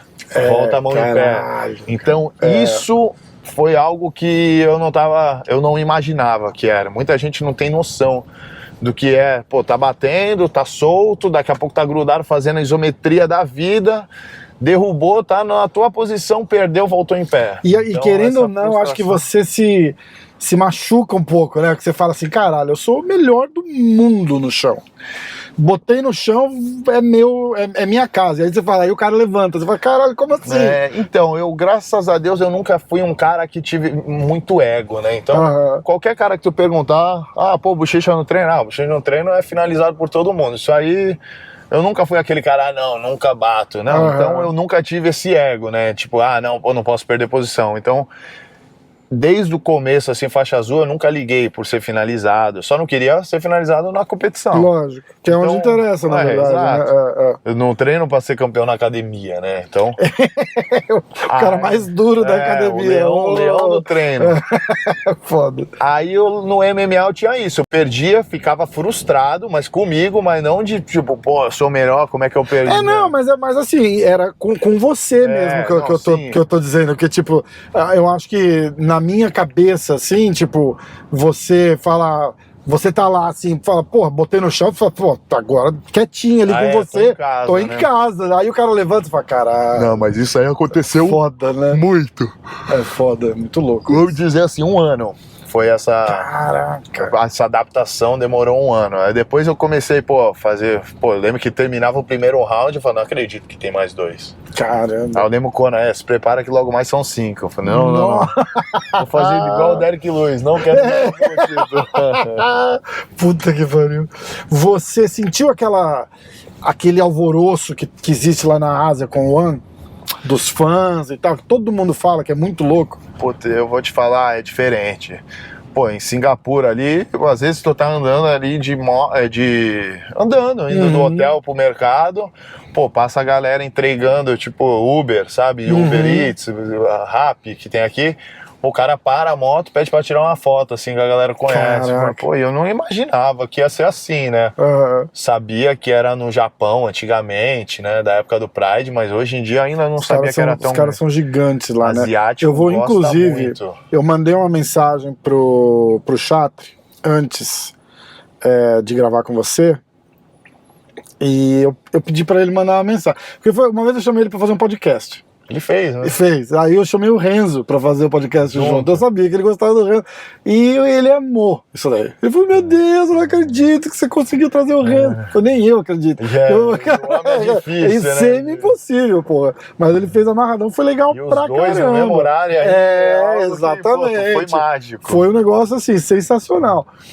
E aí a gente ficou meio amigo, assim, a gente troca mensagem e tal, não sei o quê. E aí eu falei pra ele, amanhã, eu tô aqui no Feliz Ano Novo, eu tô aqui no Brasil, eu vou gravar com o Bochecha amanhã, ele tá na cidade do lado aqui e tal. Eu não vou nem pedir pra você participar, porque a gente ia fazer do carro, ia ficar um negócio estranho. Falei, mas manda uma mensagem. Né? E eu tava assistindo uma entrevista sua e todo mundo perguntando se você já tá pronto pra cinturão e não sei o quê. E ele falou isso nessa mensagem. Eu vou dar um play na mensagem aqui e eu quero te mostrar a mensagem. E a gente tava falando do tamanho do One, ele me mandou uns screenshots e ele falou, lembra que o One ele tá na lista dos top 10 a companhia de luta, promoção de tudo, de qualquer esporte, tá atrás assim da Copa do Mundo de visualização, 406 milhões de pessoas viram o ano em 2021. Cara, é um negócio absurdo. E se você, e aí ele me mandou um outro negócio aqui, eu vou botar a galera que tá assistindo vai estar na telinha ali, das 10 maiores organizações esportivas do mundo, só tá atrás da NBA. Então o UFC tá em número 5 da lista, e o One é o número 2. Eu acho que na Ásia é diferente, né? Muita gente. É muita gente, né, cara? E os caras são muito grandes, lá ninguém... E são fãs, né? A galera gosta, o público...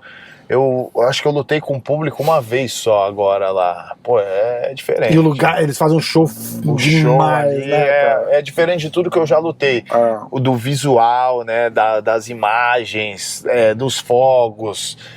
É algo, eu lembro que a entrada é algo que tu entra ali, aquela música tocando. É muito legal. Telão gigante com o teu nome, com a tua foto, lutando. É algo que me lembrava os eventos de antigamente, né? Asiáticos. Então, Pride, né? Dá uma... Lembra muito... Dá uma lembrancinha, como é que chama? Nostalgia. Nostalgia, Então isso aí, eu acho que o show em si, que o evento, que o One tem, né? Que esse... o toque asiático tem, acho que não tem em nenhum outro lugar do mundo, né? Então eu espero que eles consigam trazer exatamente o mesmo show da Ásia para a América, né? Que vai ter na América, porque se não tiver o telão, se não tiver os fogos, eu acho que vai ser diferente, aquela entrada. Eu acho que eles vão vir para arregaçar, cara. Com certeza. Eu acho que eles vão vir para arregaçar, porque é uma entrada que eles estavam querendo há muito tempo. E conseguiram. Não vejo a hora, né? Dia 5 de maio. Tem o Adrianinho, né? Adriano Moraes, meu mico. Cara, eu adoro o Adrianinho, cara. Miquinho, o cara é demais, o Miquinho é demais. Deus quiser, vai estar reconquistando o cinturão meter a porrada dele. no Demetrius Johnson. Eu gosto do Demetrius Johnson, cara, mas o Miquinho vai meter a porrada nele. O Miquinho é um grande amigo meu e, tô ali diariamente, sei o quanto que... Cara, e bom de jiu-jitsu pra caralho muito também, bom, né, cara? Muito bom de jiu-jitsu. E a última luta ali foi complicada. Teve toda A parada do corte, né? A parada do corte, peso, muita gente não sabe, né? Mas no One Championship tem o teste de hidratação. Isso aí é um detalhe que, se falhar ali, vai custar muito. É verdade. Vai sair caro, né? E o verdade. Adriano pagou o preço, né? Falhou, reprovou na hidratação, mas aí acabou pagando preço na luta, né? Então... mas eu fiquei feliz que deram a revanche. Não, mas isso aí sem dúvida. Tá legal, né? Porque os caras podiam muito bem passar a bola e começar a botar o Dmitrievski pra lutar contra o cara, né? Claro que não é o que ninguém queria, né? Vai ser hipocrisia falar que queria ver um amigo perder, mas lógico. Isso aí deu todo o toque na novela, né? Na história, né? Acho que acho que vai ser. Agora vamos desempatar, né? Exato. Mas verdade. Claro que não era esse o objetivo, né? Mas, 2-0 ia ser muito mais legal, né? Com certeza, mas eu acho que pra novela, ali, pro filme da história da vida dele, eu acho que vai ser bom. Ele merece, cara. Parar pra pensar assim, como carreira, como grana e tal, vai fazer uma grana extra mais, bom pra ele. Não precisava fazer essa grana extra levando umas porradas, né? Mas já que levou, pelo menos vai fazer a terceira agora. Eu vou botar a mensagem do chat. E aí ele fala também, a gente vai falar um pouquinho disso rapidinho, do ano combate. Né? A galera vai conseguir assistir agora no canal Combate. Galera que assinou, que tem a assinatura do Combate. O UFC saiu do Combate, tá com a plataforma deles aqui, mas a galera que fica e tem que ficar, porque, porra, o One vai vir muito forte esse ano, muito forte esse ano. Se Deus quiser, já abre o ano aí com o Miquinho virando campeão de novo. E aí tem você mais pro fim do ano. E aí a parada do cinturão, já tá muito cedo ainda. O que você acha? Qual que é o zoom de backstage, assim? Se perguntar pra você se você quer, você quer. Mas você acha que tá cedo ainda? Eu vou te falar, eu sou funcionário, né? O que falarem aí eu tô indo, eu não tenho muito essa não, mas eu acho que mais uma luta, talvez duas, eu acho que já tá na hora, né? Não vai ter muito pra onde correr. Mas, tem muito peso pesado no One e meu objetivo era lutar com todos, né, antes de lutar pro cinturão. Então, tô fazendo isso, acabei de lutar com o último desafiante do cinturão, né, que foi o Kirill. Tem um momento sensacional naquela entrevista lá. Era uma situação diferente, a gente vai falar disso também, mas aí o cara chega e fala assim, você lutou com o fulano, né, e ele já lutou eu acho que era antes da luta, né? Ele já lutou pelo cinturão. Você fala, escuta, ele já lutou pelo cinturão, mas ele perdeu, né? Então não conta, cara. Você não falou bem assim, mas foi muito engraçado, cara. Eu dei risada pra caramba quando eu vi. Mas foi verdade, né? Tipo, ele lutou pelo cinturão, então teoricamente ali ele tava nas cabeças. Teve o cara que... Mas não vem esfregar isso na minha cara, porra. Ele não foi o campeão, né? Não é nenhum troféu, né? Mas, teve o coreano, que eu lutei também, ganhei. Então, teve os dois ali que estão ali na briga pelo título. E o Amir também, né? Que o Amir, que muita gente tá falando, tão cogitando essa luta. Então, pode ser que o evento queira, né? Essa luta em breve. Porque é um cara que tá vindo de 2 vitórias também. Uma das derrotas dele foi pro Khan, né? Que foi o coreano que eu ganhei. Então tá um bolo ali, né? Na categoria pesada. Então não vai ter muito pra onde... se eu lutar mais uma, vamos dizer 2 vezes e tiver mais 2 vitórias, não vai ter mais... Não vai ter jeito de... Não vai ter, acho que é inevitável, né? Mas eu acho que ainda dá pra esperar. Lógico que agora na minha primeira luta agora desse ano, acho que não vai ser o cinturão, né? Tenho quase certeza disso que não vai ser. E vamos tentar fazer nos Estados Unidos, provavelmente, né? Num daqueles eventos na Prime, né? Exato. Então acho que tem bastante, né? Acho que o campeão agora é russo, né?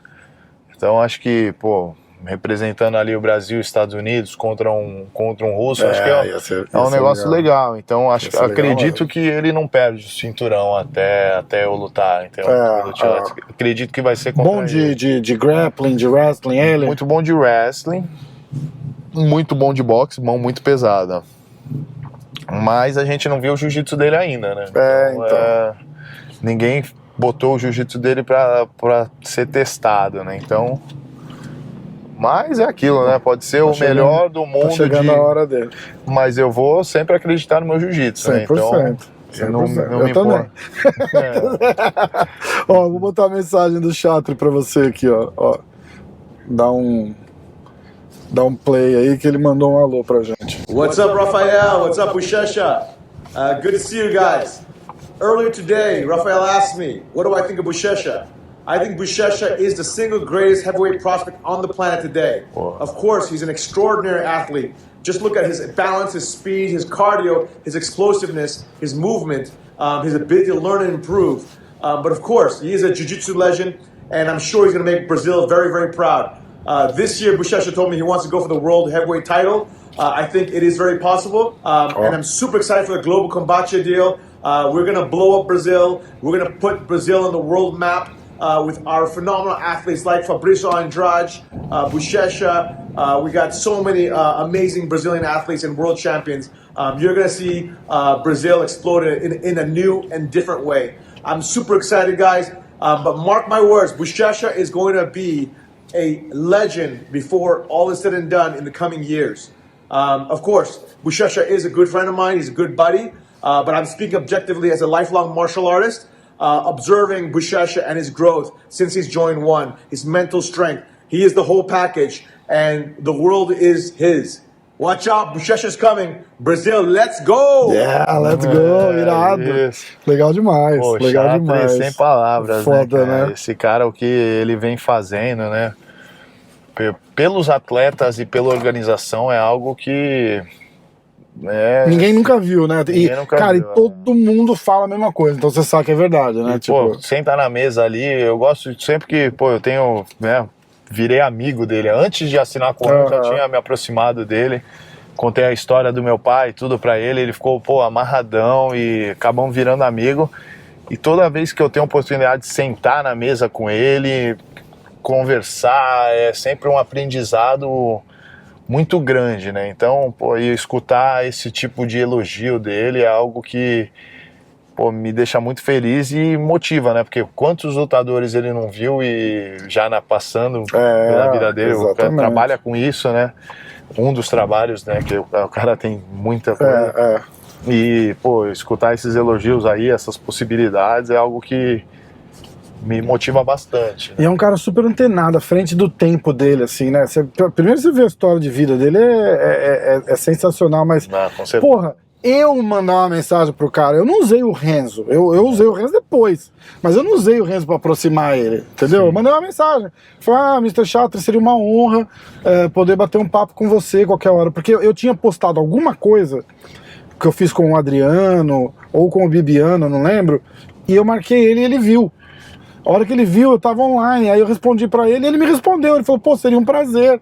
Eu falei, nossa, que legal, então vamos marcar. A gente marcou, aí eu liguei pro Renzo, falei, marquei com o Chatri, você vem? Ele, lógico. Aí no dia eu falei pro Chatri, eu falei, eu consegui o Renzo pra vir junto. Ele, não acredita, e aí ele adorou. Aí o Renzo, imagina, o Renzo, se você ouve o Renzo falando, você acha que eu sou o melhor amigo do Renzo, né? Porque ele é assim com todo mundo, literalmente.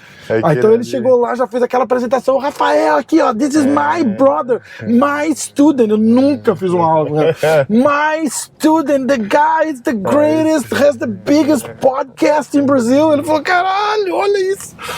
O Chatri deve ter falado, nossa, que sorte que eu dei, né? Mal sabe ele, né? Mal sabe ele. O Renzo é um cara sem palavras, né? Igual esse aí não existe. Ele é foda. Vamos indo lá no restaurante que eu vou pegar um açaí pra levar pra casa. Bora. E aí eu vou te deixar no teu carro. Ó, vou fazer uma do checklist aqui. Preguiça versus Gordon 4. Como é que você acha que sai essa luta? A gente sabe a terceira. Aconteceu o que aconteceu e... Eu acho que nem é loucura, né? Alguém contar essa luta aí, né? Acho que foi até uma falta de... Mas ele não devia ter entrado pra lutar, vamos combinar? Então, é difícil julgar, né? Eu fui um cara que liguei pra ele... Você entrou pra lutar, né? Não, eu liguei pra ele e falei, sai da luta, mas... Ao mesmo tempo, a mesma resposta que ele me deu foi a resposta que eu dei pro Kona, entendeu? O Kona me ligou e falou, vamos te tirar da luta. E eu falei, mestre... Isso aí é o que ele ia querer que eu fizesse, entendeu? Ele ia querer que eu lutasse, ele ia querer que eu parasse minha vida por causa disso. Então eu vou lutar. E quando eu liguei pro Preguiça, falei Preguiça sair da luta, o Preguiça me falou a mesma coisa. Eu sabia que eram situações diferentes, entendeu? Que o meu eu ia ter 2 semanas, entendeu? Pra tentar pensar, pra ver como eu ia reagir. Sim. O Preguiça teve 15 minutos. 15 minutos, vamos dizer, ele teve horas. Horas, foi de um dia pro outro. Né? Pô, ele teve praticamente 10 horas pra digerir, então ele não, eu não sei nem como ele conseguiu ficar em pé ali. Pô, antes da luta botaram um vídeo, uma homenagem que, pô, tu tá ali, nossa. É foda. Pô, foi uma loucura, né? Então acho que eu não gosto nem de falar dessa terceira luta. Eu, sinceramente, me recusei a assistir, eu não assisti. Não assistiu? Não. Cara, ele... Eu acho que o evento em respeito... Como o pé de pano fala... Eu acho que o evento em respeito não interessa, ginásio não interessa, eu acho que tinha que ser adiado. Como a própria IBJJF fez, eles adiaram o evento que o Leandro tava, né? Que foi o GP dos médios mesmo, eles adiaram o evento, entendeu? Em respeito, então acho que não teve esse respeito aí. Mas também, claro, eu acho que eu entendo também, né? Que era muito complicado para eles, mas eu, como atleta, eu não lutaria, independente de contrato, se tivesse que pagar multa eu pagaria, mas eu não conseguiria lutar no dia. O pé de pano fala que ele acha que o Preguiça tem o antídoto contra o jogo do Gordon. A gente viu um pouco disso, tanto que lutaram lá os minutos, o Preguiça meio que desencanou no final lá, falou, chega, não aguento mais, e não tava perdendo, não tava morto de cansaço, nada, tava esgotado mentalmente, provavelmente. Né? Não, com certeza. E você vê essa quarta luta aí, eu acho que se o Preguiça ganha, encerra essa rivalidade, chega, né? Óbvio, né?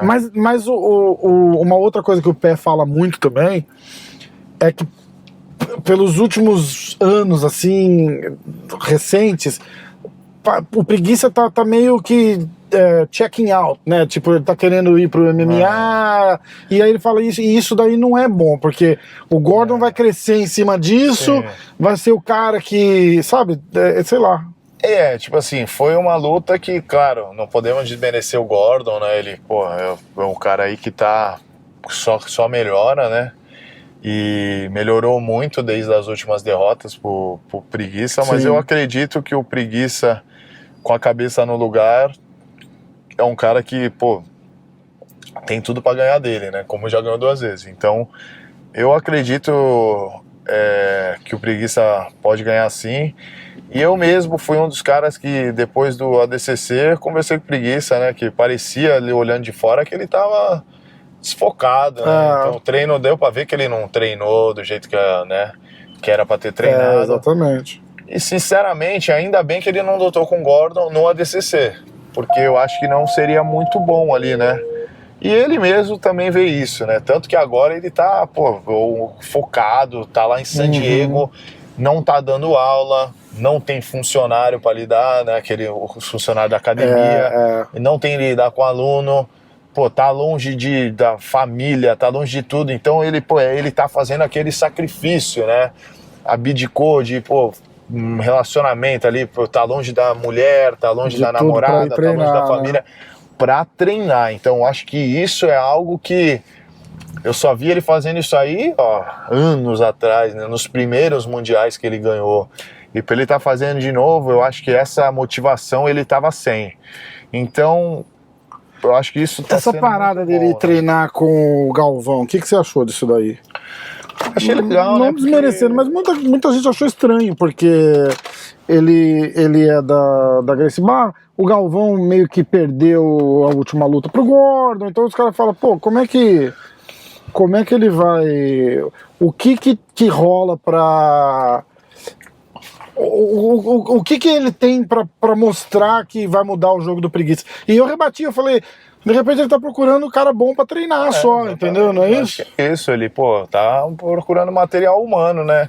Eu falei, é difícil, tu treinar com um aluno e chegar lá e fazer frente com um cara como o Gordon, né? Não ia rolar, né? E tanto que foi o que aconteceu no ADCC, ele treinou só com aluno, chegou lá, ele não tava no nível dos caras, no nível que ele, no ápice dele, né? Então acho que, todo dia treinando com o Kainan, treinando com o André, treinando com a galera de lá, que, pô, tem muita gente. Tem cara bom lá, verdade. Pô, tem uma lista lá de cara bom. Então, tem o wrestler americano ali, de alto nível, treinando, que é algo diferente. Não desmerecendo a galera ali do que, pô, que ele treina de wrestling também, que aliás, eu nem conheço, eu nem sei se ele treina. Mas, pô, eu sei que tem uns caras de alto nível lá, né, treinando com o André. Tanto que o wrestling do André Galvão melhorou, né, nos últimos anos. É verdade. Absurdo. Verdade. Então, eu acho isso, né? E tem essa parada de tu tá treinando nesse ritmo. E outra, na academia dele, eu aposto que quando ele tava cansado ali, ele ia se botar no rola pra apanhar. Diferente. Agora quando tem alguém falando, vai, não, tô cansado, vai. A gente se sabota sem querer, né? Exato. Às vezes o treino mais duro pra ele não é duro igual ele tá treinando em outro lugar, né? Às vezes ele cansou ali, não vai fazer quando estiver morto. Diferente quando tem alguém falando, vai, faz. Não, tô cansado, vai, faz. Exatamente. Tu ir lá, apanhar, você pega 3, 4 vezes pra um cara que tu, pô, normalmente espanca. Então, esse tipo de coisa, eu sinceramente, foi um dos motivos de eu também parar ali de ter essa gana do jiu-jitsu, era isso, já não... Pô, o Lucas já tava meio que parado, João Assis, o Lapela, que era a galera que eu treinava todo dia, o Panza também, já tava focadão na academia, o Arnaldinho, mesma coisa, pô, teve filho, abriu academia, então a galera não tava mais indo treinar o Pancho. Então ali ficou difícil pra mim no jiu-jitsu. Então foi também desanimando, uma coisa levou a outra. Quando eu vi, eu falei, é o momento. É o momento, né? Se não, vamos dizer, se eu tiver que fazer um camp desse agora, eu não sei o que eu faria, entendeu? Porque lá na Checkmate tem uma nova geração que é muito leve. E você tem esse outro perrengue ainda, né, cara? Que você precisa de cara grande e pesado pra você. Porque não é só treinar. Treinar você treina em qualquer lugar, mas você tem que treinar evoluindo o teu jogo, né? E progredir, né? Tem que ter a dificuldade, né? Exatamente. Então é complicado, muito complicado. Você tem... Eu fiz uma pergunta... Eu botei uma caixinha de pergunta lá no Insta, eu vou fazer algumas selecionadas. Ele não vai pro UFC. Eu vou tirar metade das perguntas que mandaram. Quando que você vai? Eu tô muito bem no ano. Eu respondi isso uma vez numa caixinha de perguntas, lembra? Eu vou deixar você falar, porque a galera vai falar, fica cortando o cara. Mas os caras falaram assim, quando que o Bochecha vai para o UFC? Aí eu fiz assim, a pergunta devia ser, por que o Bochecha iria para o UFC? Entendeu? Ou, pelo menos, vamos ser honestos, pelo menos nesse momento, nos anos próximos aí. Porra, tá na maior organização do mundo, com maior audiência. O fato da gente não assistir como a gente assiste o UFC não quer dizer nada. Os caras estão do outro lado do mundo bombando. Então, a pergunta era por quê? Mas responde você. Eu tô bem, né? Como a gente já até falou na conversa, né? Os motivos que eu acabei assinando pelo AN, então que lá realmente o tratamento para os atletas é diferenciado e isso é algo que me atraiu muito e, pô, eu tô lá desde o começo, desde o dia 1 da minha carreira de MMA, eu tô lá. Tô com 4 lutas, 4 vitórias, pô, vou sair agora, não, eu tenho muito ainda pra fazer lá e o objetivo é, lógico, se tornar campeão, me tornar campeão e ainda tem a oportunidade de lutar grappling, né? Se eu quiser matar a vontade caralho, isso é legal, pô, isso então daí... eu posso lutar grappling, pô, eu quero lutar, tem lá... Futuramente vai ter cinturão da categoria de grappling, então pô, eu posso brigar por 2 cinturões, né? Que isso acabou de responder a minha próxima pergunta de verdade, ó. Você tem vontade de competir no jiu-jitsu ainda? De repente uma super luta casada no AN. No AN sim, com certeza. Mas acho que fora do AN, eu acho que 2 lutas ali que eu... Claro, tem muita gente dura aí, mas não é ninguém que eu tenha vontade de lutar hoje em dia. Acho que a maioria eu já lutei, né? Da galera que tá nas cabeças. Mas eu acho que uma luta que faria sentido, que eu ia ter motivação para treinar, seria uma luta com o Gordon, sem kimono. Porque, pô, ele vem ganhando tudo e a última luta nossa ali foi aquela luta, né? Pô, Foi que ele ganhou numa vantagem, era isso? Uma punição, né? Uma punição, uma das lutas mais chatas, né? Puta, do ADCC. foda, né? Não, mas não porque eu perdi, mas foi uma luta chata. É um nível tão alto que acabou batendo um de frente com o outro. Mas né? seria uma luta que eu teria motivação para treinar. E claro, é uma luta que não vai acontecer em hipótese alguma, porque ele... Vira aqui, ó. Okay. Ele chegou a ser contratado pelo One, né? Sim, mas não chegou a lutar. É. E eu digo, a outra luta que eu sei que não vai acontecer, que seria uma terceira luta com o Roger Gracie, né, de kimono. Aí seria uma que me atrai sem kimono e uma de kimono, só que ele tá aposentado também, é algo que eu também nem quero. Mas ele é muito mais velho que você? Porque ele é novo também. Não, é novo também. Mas eu digo, seriam lutas assim que ainda tem um apelo, assim, que eu gostaria de lutar. Mas fora isso, eu não tenho vontade assim de lutar com ninguém, sabe? Você acompanha essa molecada aí, o Mika Galvão? Acompanho. Eu tava lá, fui no ADCC, né? Fui lá, pô, a galera dando show, né? Legal, então, né? E tenho que tá... Queira ou não queira, jiu-jitsu é o que, pô, que... Eu sou quem sou por causa do jiu-jitsu, né? Então... Vai virar esquerda, né? Eu sou quem eu sou por causa do jiu-jitsu, né? Então, continua antenada, né? Com certeza. Fui lá assistir, pô, deu vontade de lutar aquele ADCC, foda, né? Legal, Foi incrível. Mas... Você olha assim, você fala assim, caraca, dava pra eu vir bem nessa daí, não dava não? Aquele lá deu vontade, não, de lutar. Foda, né? E ó o vigarista aí. Ele tá ali? De capacete. Para aí já... Será que ele viu a gente? Acho que não. Eu vou dar uma ré. Peraí, todo podcast que eu gravo eu faço uma cagada no ré? Agora aqui, ó, vamos lá, uma rézinha. Ó. Tá em casa. Aqui, ó. Vamos ver. Quer ver? Aí, ó, vamos bloquear ele já saindo de moto, ó. Olha lá. Participação especial. Melhor açaí. E aí, vigarista? Olha lá. Tamo gravando aqui, o homem veio buscar um açaí. Tamo gravando. Aonde é o restaurante? É na outra esquina, né? Nós comemos aqui, ó. Aqui que a gente comeu. Mas a gente vai pegar no outro lá. Porque senão a moça não passa. Melhor tu encosta ali, ó, na frente. Vou encostar ali. A gente vai pegar na esquina ali, não era isso? Pode pegar aí onde ele tá. Encosta ali, ó, naquele proibido de estacionar. Tá, peraí. Soou mal isso aí. É ele que tá falando pra estacionar onde é proibido estacionar. Não sou eu, mas não entra mesmo. O prédio do cara. Eu não vou conseguir entrar. Tem um vaso aí. Então fica aqui mesmo. Vamos deixar aqui mesmo. Cuidado do microfone aí, ó. Você vai tirar. Vai. Tá pendurado aí no no cinto. Peraí. Não, deixa aqui. Tá. Ó. Tá, então a gente falou disso daí. Leozinho pediu pra perguntar sobre a estreia no MMA em Singapura, do controle de pandemia e vigilância nos quartos. Como que foi isso daí? Aí, eu lembro que, o Leozinho é o meu coach, né, o meu técnico. E eu falei, e aí, mestre? Eu falei, vou levar ele, né? Eu lembro que podia levar só uma pessoa. Eu falei, o cara que mais me conhece ali, que eu tô acostumado a escutar no corner, era ele, né? Então, foi o último cara que eu tive o corner, foi ele, né? No ADCC, acho que foi a última vez que eu lutei. Falei, aí, mestre, tá afim de comer comida asiática? Aí ele... Aí ele respondeu, aí eu falei, comer comida asiática, não tá afim não? Ele, como assim? Eu falei, bora lá na luta. Aí ele, puta que pariu, vamos. Aí foi, né? Só que chegou lá, tava aquele negócio de pandemia. Né? Aí não podia sair do quarto pra nada. Caralho. Aí ele ficou parecendo um pássaro. Todo dia olhando a janela, contando o carro. Não podia sair do quarto. Caraca. Ficou louco, né? Então, foi engraçado. Vocês ficaram mais de mês lá, né? Não, foi. Ele não ficou um tempão lá? Foi isso? Não, era papo de uma semana ali, 9 dias, eu acho.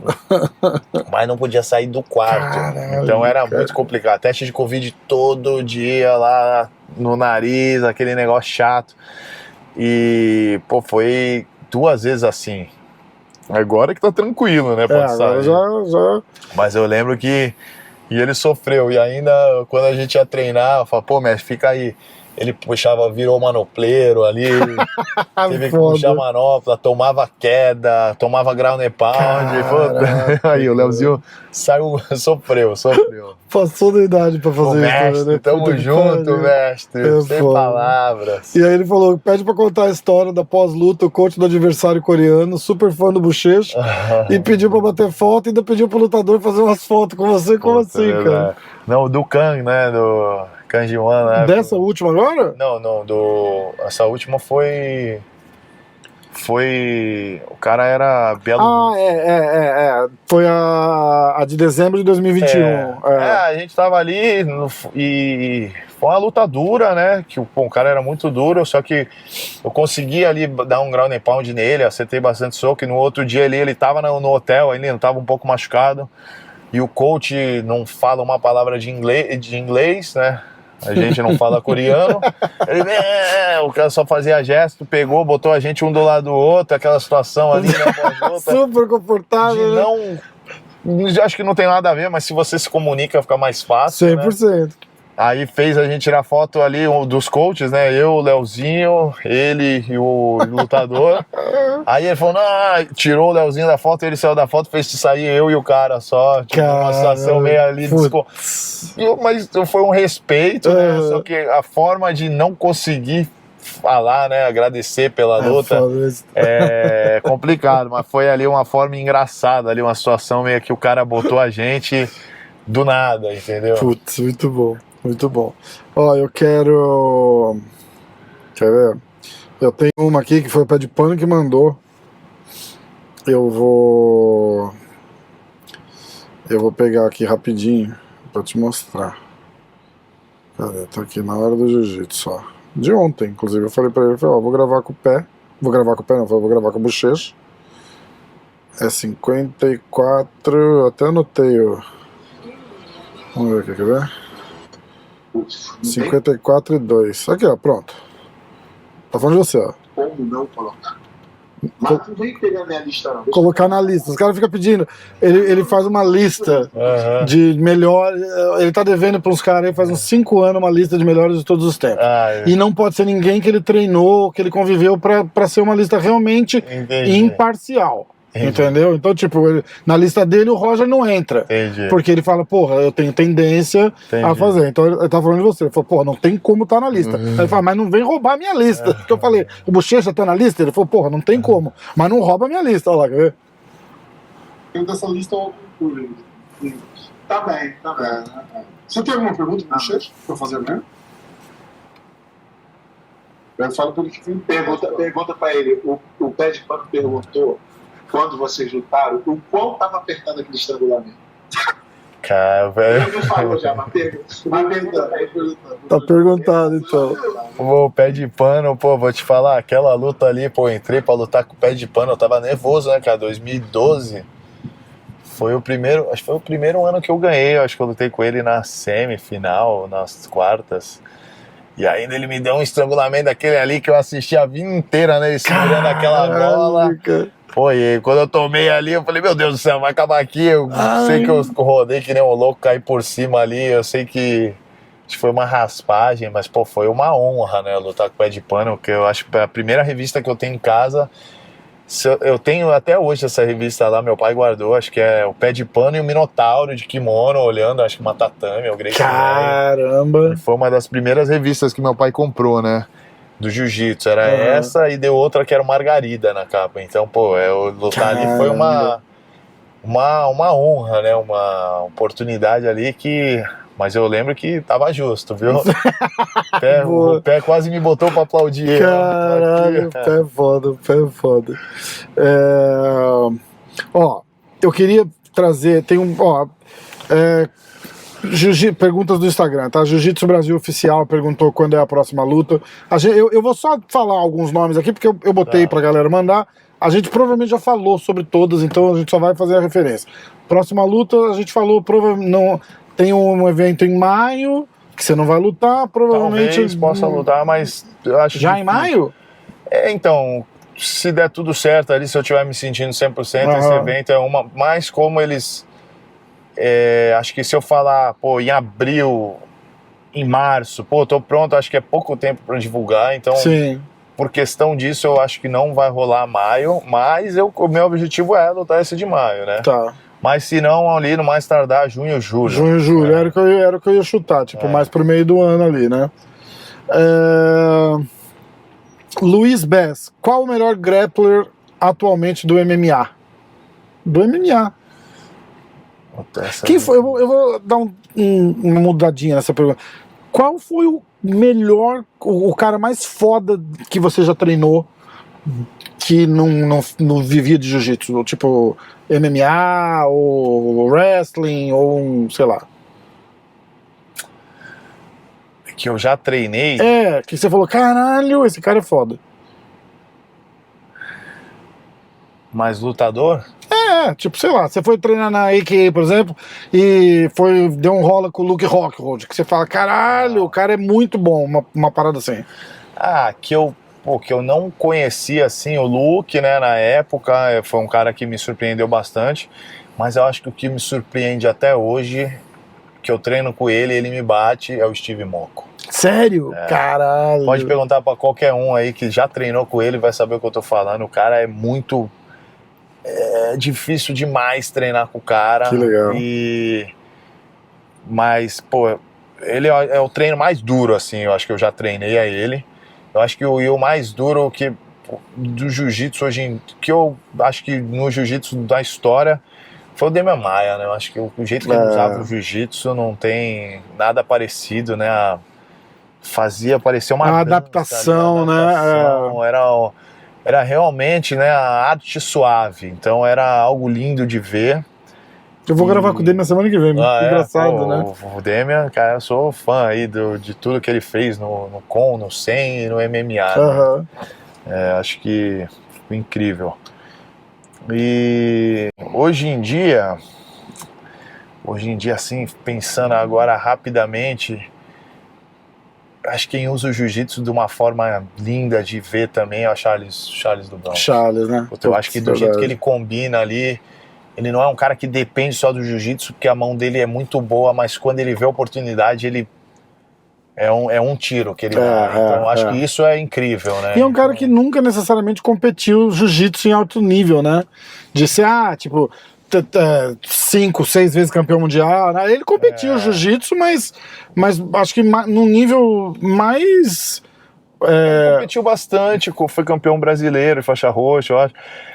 Uma curiosidade, o meu primeiro campeonato paulista da vida, eu e ele tava na mesma chave. Caramba! Só que eu perdi de cara, então não chegaram a lutar, caramba! Mas o meu primeiro, eu era juvenil, ele também. Então eu tinha 16, ele tinha 17 anos, algo do tipo, ele tinha 16 também.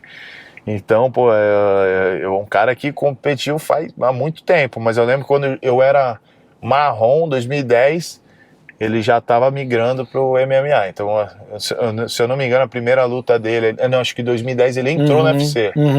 Então, pô, a caminhada dele... Então, é meio que, tipo... faixa preta de jiu-jitsu, eu acho que ele nunca competiu. Acho tipo, que coisas pequenas. A IBJJF, Mundial, essas paradas, né? E é um negócio sensacional. Mas né? por ele ser daqui do Guarujá, né? Então todo mundo se conhecia. Fernando Besteiro, qual o melhor da história em sua opinião? Roger ou Gordon? O Roger. Eu acho, na minha opinião ali, o Roger fez algo que ninguém fez, né? Ganhar uma DCC ali, peso absoluto, finalizando todas as lutas. E no jiu-jitsu também, né? No Mundial ele também fez isso, né? Ganhar um peso absoluto, finalizando todo mundo, é algo que ninguém chegou nem perto ainda. Né? Eu mesmo já tentei e não consegui, né? Sempre tem uma luta ou outra ali que acaba ganhando uma decisão. Foda. O próprio Gordon também ainda não conseguiu fazer isso. Sei que é muito o que ele quer, né? Mas ainda não aconteceu. O Bruno pergunta com qual idade você começou na luta. O jiu-jitsu foi primeiro. A gente falou sobre isso, tá lá no comecinho. George, você se incomodou com o povo entrando no tatame depois da sua luta com o Roger? Eu me irritei demais. Eu não acho que... Virou a festa do cara. Acho que não foi o que me incomodou, acho que não foi isso. Foda, né? Tanta coisa mais pra incomodar ali, tá certo. Qual a tua finalização preferida que você mais tem vontade de aplicar no MMA? Erison Claudino. Armlock. Claro, porque eu sempre foi o que eu... É o meu golpe, né? Eu acho que o armlock ali no final da minha carreira ali, quando eu montava, eu conseguia finalizar todo mundo no braço.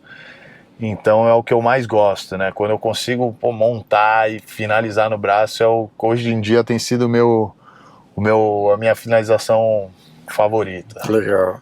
O Lucas Lima tá perguntando se você tem vontade de fazer uma super luta, a gente já falou. E com quem a gente já falou também. Fernando Besteiro, de novo. Uma das melhores lutas foi Bochecha e Roger. A primeira, né? Não foi muito boa, não. Rogir do Zumba. Ouvi dizer que o pai dele também é faixa preta. Pergunta se ele lembra da primeira vez que ele finalizou ele. Pô, meu Teu pai ganhou a faixa preta antes de você. Pegamos junto. Vocês pegaram junto? Pegamos junto em 2010. Que irado, cara. Eu não lembro, porque a gente treina há muito tempo junto, né? Então é difícil lembrar a primeira vez que... Mas eu lembro que ele me batia muito, né? Mas é legal você parar pra pensar, legal pra caralho, né, cara? Você e teu pai faixa preta. Foi ele que me influenciou, né? Ele e minha irmã que me influenciaram pra começar. Então a gente começou praticamente junto e pegamos uma faixa preta junto. Mas esse tempo dos 12 aos 15 que eu fiquei ali surfando, ali né? Não levava a sério, ele continuou, então ele nunca parou. Aí a gente pegou a faixa preta junto, ele...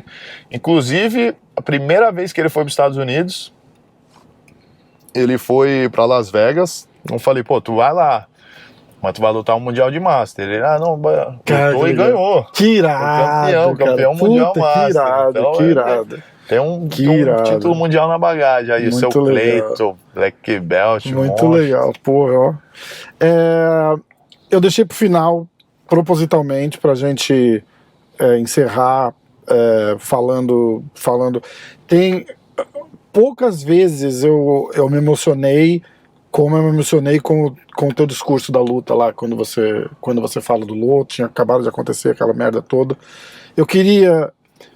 Primeiro eu queria que você contasse pra alguém que não conhece, nunca ouviu falar do Leandro, se tiver uma história que você fala assim, tipo, essa é a história que eu falo, que a pessoa vai entender quem era o Leandro, qual que é, e a gente encerrar trazendo awareness mesmo. Eu quero que a galera poste, marque de novo a parada toda, que isso não pode ficar esquecido. Mas eu queria assim, se uma pessoa nunca falou quem que é o Leandro, e você tiver que contar uma história engraçada, triste, emocionante, a história que você quiser, você fala, eu vou contar isso aqui que o cara vai entender. O Leandro foi um cara que o jiu-jitsu, um irmão, né, que o jiu-jitsu me deu. Pô, na verdade a gente se conheceu como rival, né, porque ele lutava com meu amigo, com meus amigos, né, então lembro que a primeira vez que eles lutaram foi uma briga de torcida, então ficou já criou a rivalidade na primeira vez que a gente se viu. E a carreira foi muito parecida, né? Ele foi ganhando no peso leve, eu fui ganhando na minha categoria. No primeiro mundial ele perdeu, eu perdi. No segundo ele ganhou, eu ganhei. 2012, e assim foi indo, até que em 2015 a gente foi fazer um primeiro seminário junto, né?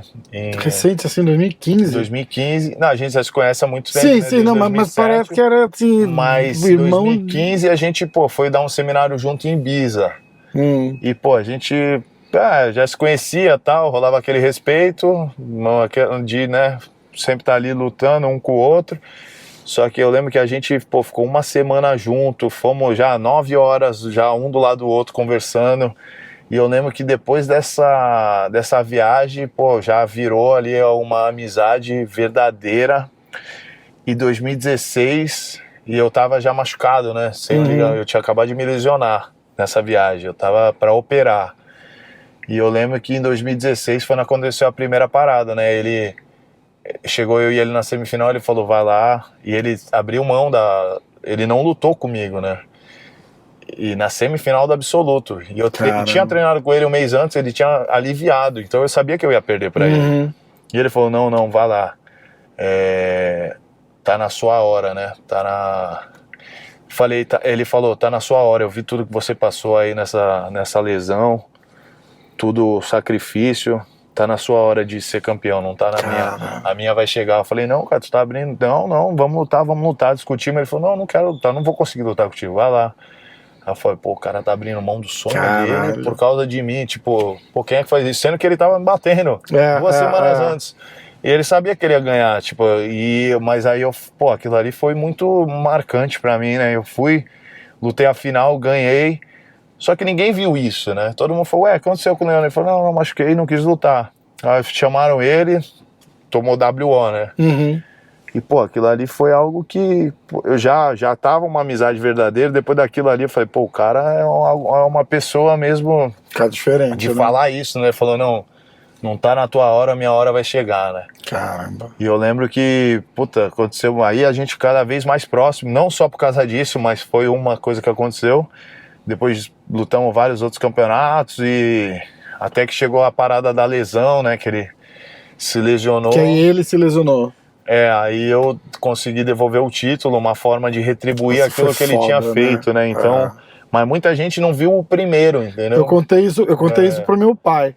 Eu falei... Só que muita gente só viu a minha parte, que foi na final. Sim. Então ninguém sabia, mas realmente o cara, o do coração bondoso ali, foi ele, né? Então eu só tava retribuindo. E muita gente não viu, porque ele não é um cara que fazia as coisas pra... Ele não fez o Não, ele não fez né? pra ninguém saber, ele não contou pra ninguém, mas eu sabia, entendeu? Então na minha cabeça, eu sempre quis retribuir. Então ele é um cara que... Ele não tava nem aí pra nada, ele só queria, pô, lutar e ser feliz, e era um cara de coração enorme. Então, qualquer pessoa que ele passou, que conheceu ele, marcou a vida de alguma forma, né? Então, pô, até hoje é difícil de acreditar, né? Tudo isso que aconteceu e... Como que tá a história? Você acompanha? Eu sei que tem a fundação, eu fiz doação pra fundação... acho que o Cavaca tava ajudando também uma época aí, eu mandei, e eu sempre falo pros caras, só me marca que eu reposto também, vamos manter na tona o assunto, porque isso não pode ir impune, é um negócio bárbaro, cara, é um negócio absurdo. Não, é difícil até de falar, né, de pensar em tudo isso, até pouco tempo atrás eu não conseguia nem falar, né, sobre o assunto, porque... É difícil. Pô, eu ainda vou até falar que a gente falou antes, eu falei que eu ia trazer assunto, porque eu não tenho intenção nenhuma de não, claro. Entendeu? Mas porque eu acho realmente importante a gente conseguir deixar isso. Mas essa semana a gente conseguiu finalizar, né, o Instituto, a criação, a parte burocrática, porque desde quando aconteceu, demorou até hoje para sair, a criação do Instituto, agora com CNPJ, conta, então qualquer doação não vai ser feita para a mãe dele, não vai ser feita para a irmã dele, para a irmã dele, não vai ser feita para gente pessoal, realmente é para o Instituto, porque é uma forma que ele sempre ajudou todo mundo, né? O Leandro é um cara que ele tinha a passagem do ônibus, ele dividia com um amigo dele, né? Tipo, os dois iam junto, um passava por cima, o outro passava por baixo, e para ter uma passagem para volta, eles sempre dividiam uma passagem de ônibus para ir treinar. Então ele sempre, e isso aí quando ele não tinha nada, né? E agora quando ele estava melhor, estava bem, continuava a mesma coisa, ele tirava do dele. Muitas vezes ele ia fechar um patrocínio, ele pegava um salário menor para poder dar para os alunos, de uma forma, não precisa dar tudo isso para mim, mas patrocina esse aqui. Então ele era um cara que tirava do dele, literalmente, para dar para os outros. Tanto que o último acordo dele foi isso, né? O último patrocínio que ele fechou foi exatamente isso. E antes de acontecer tudo, ele estava em casa, então a gente conversou muito sobre isso.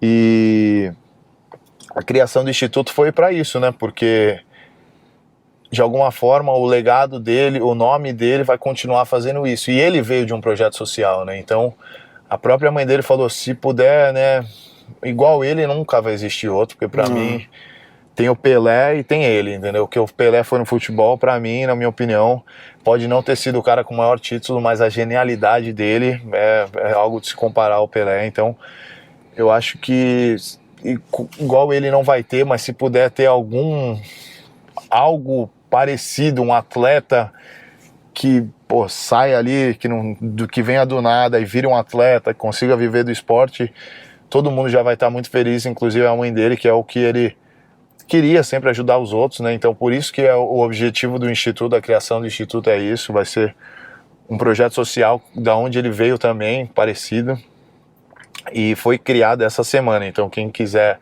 ajudar, quem quiser fazer doação, vai ser direto para o Instituto, que vai ajudar criança, vai ajudar adolescentes que buscam viver do esporte, buscam ser alguém, né, no esporte. Então por isso que foi criado. E eu vou colocar na tela o site, vai ter link na descrição. Ajuda, gente, ajuda. E porque faz o bem, né? Ajuda para ajudar os outros também, né? E em relação ao processo, o policial ele tá preso no Romão Gomes. Continua preso. Que é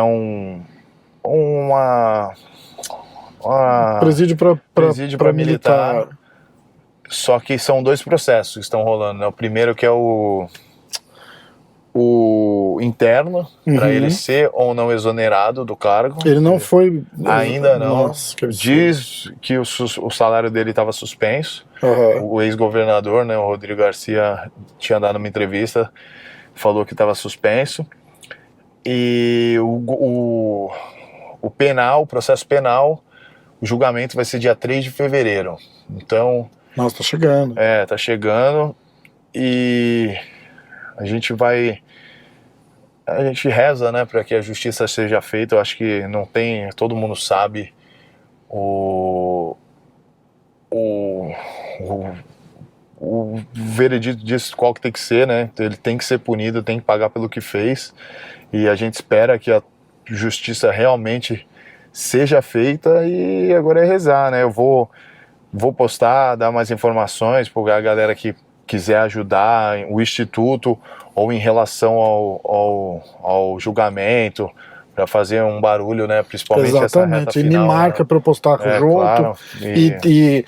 E depois ficar de olho quando a gente postar, vocês repostarem também, marca os caras também, vamos fazer um barulho, porque a gente move as redes sociais por umas coisas tão idiotas às vezes, que se a gente pegasse todo esse esforço por uma causa e para conseguir uma justiça sendo feita de verdade, seria muito mais nobre do que o dia da calcinha vermelha e todo mundo hashtag calcinha. Porra, né? Vamos fazer valer a força da rede social e vamos tentar fazer um barulho. Tá chegando o dia do julgamento e isso não pode sair impune.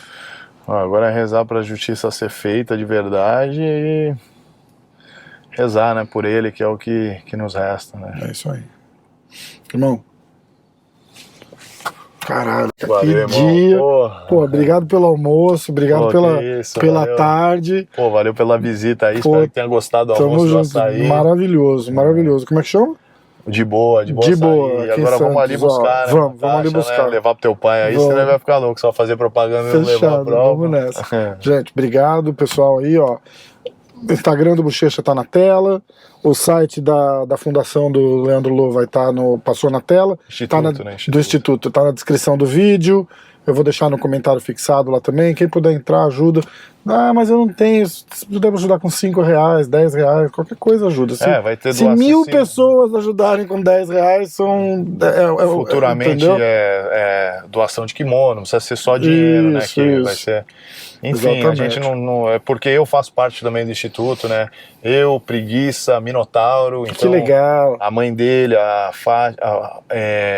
claro que a Fátima e a Amanda vão ser, né, as pessoas que vão fazer as decisões, né, que a mãe é a irmã, mas tá todo mundo envolvido, entendeu? Legal. Então, o Rieder, o Alemão, que são amigos e alunos dele há muito tempo, então tá todo mundo... Quem puder ajudar, ajuda que a gente fazer o bem, ajuda sempre, ajuda a gente também, né? Enobrece a alma. Pô, um dia legal demais. Esse cara aqui, já era fã, sou mais fã agora. Tamo junto. Valeu. Valeu, galera.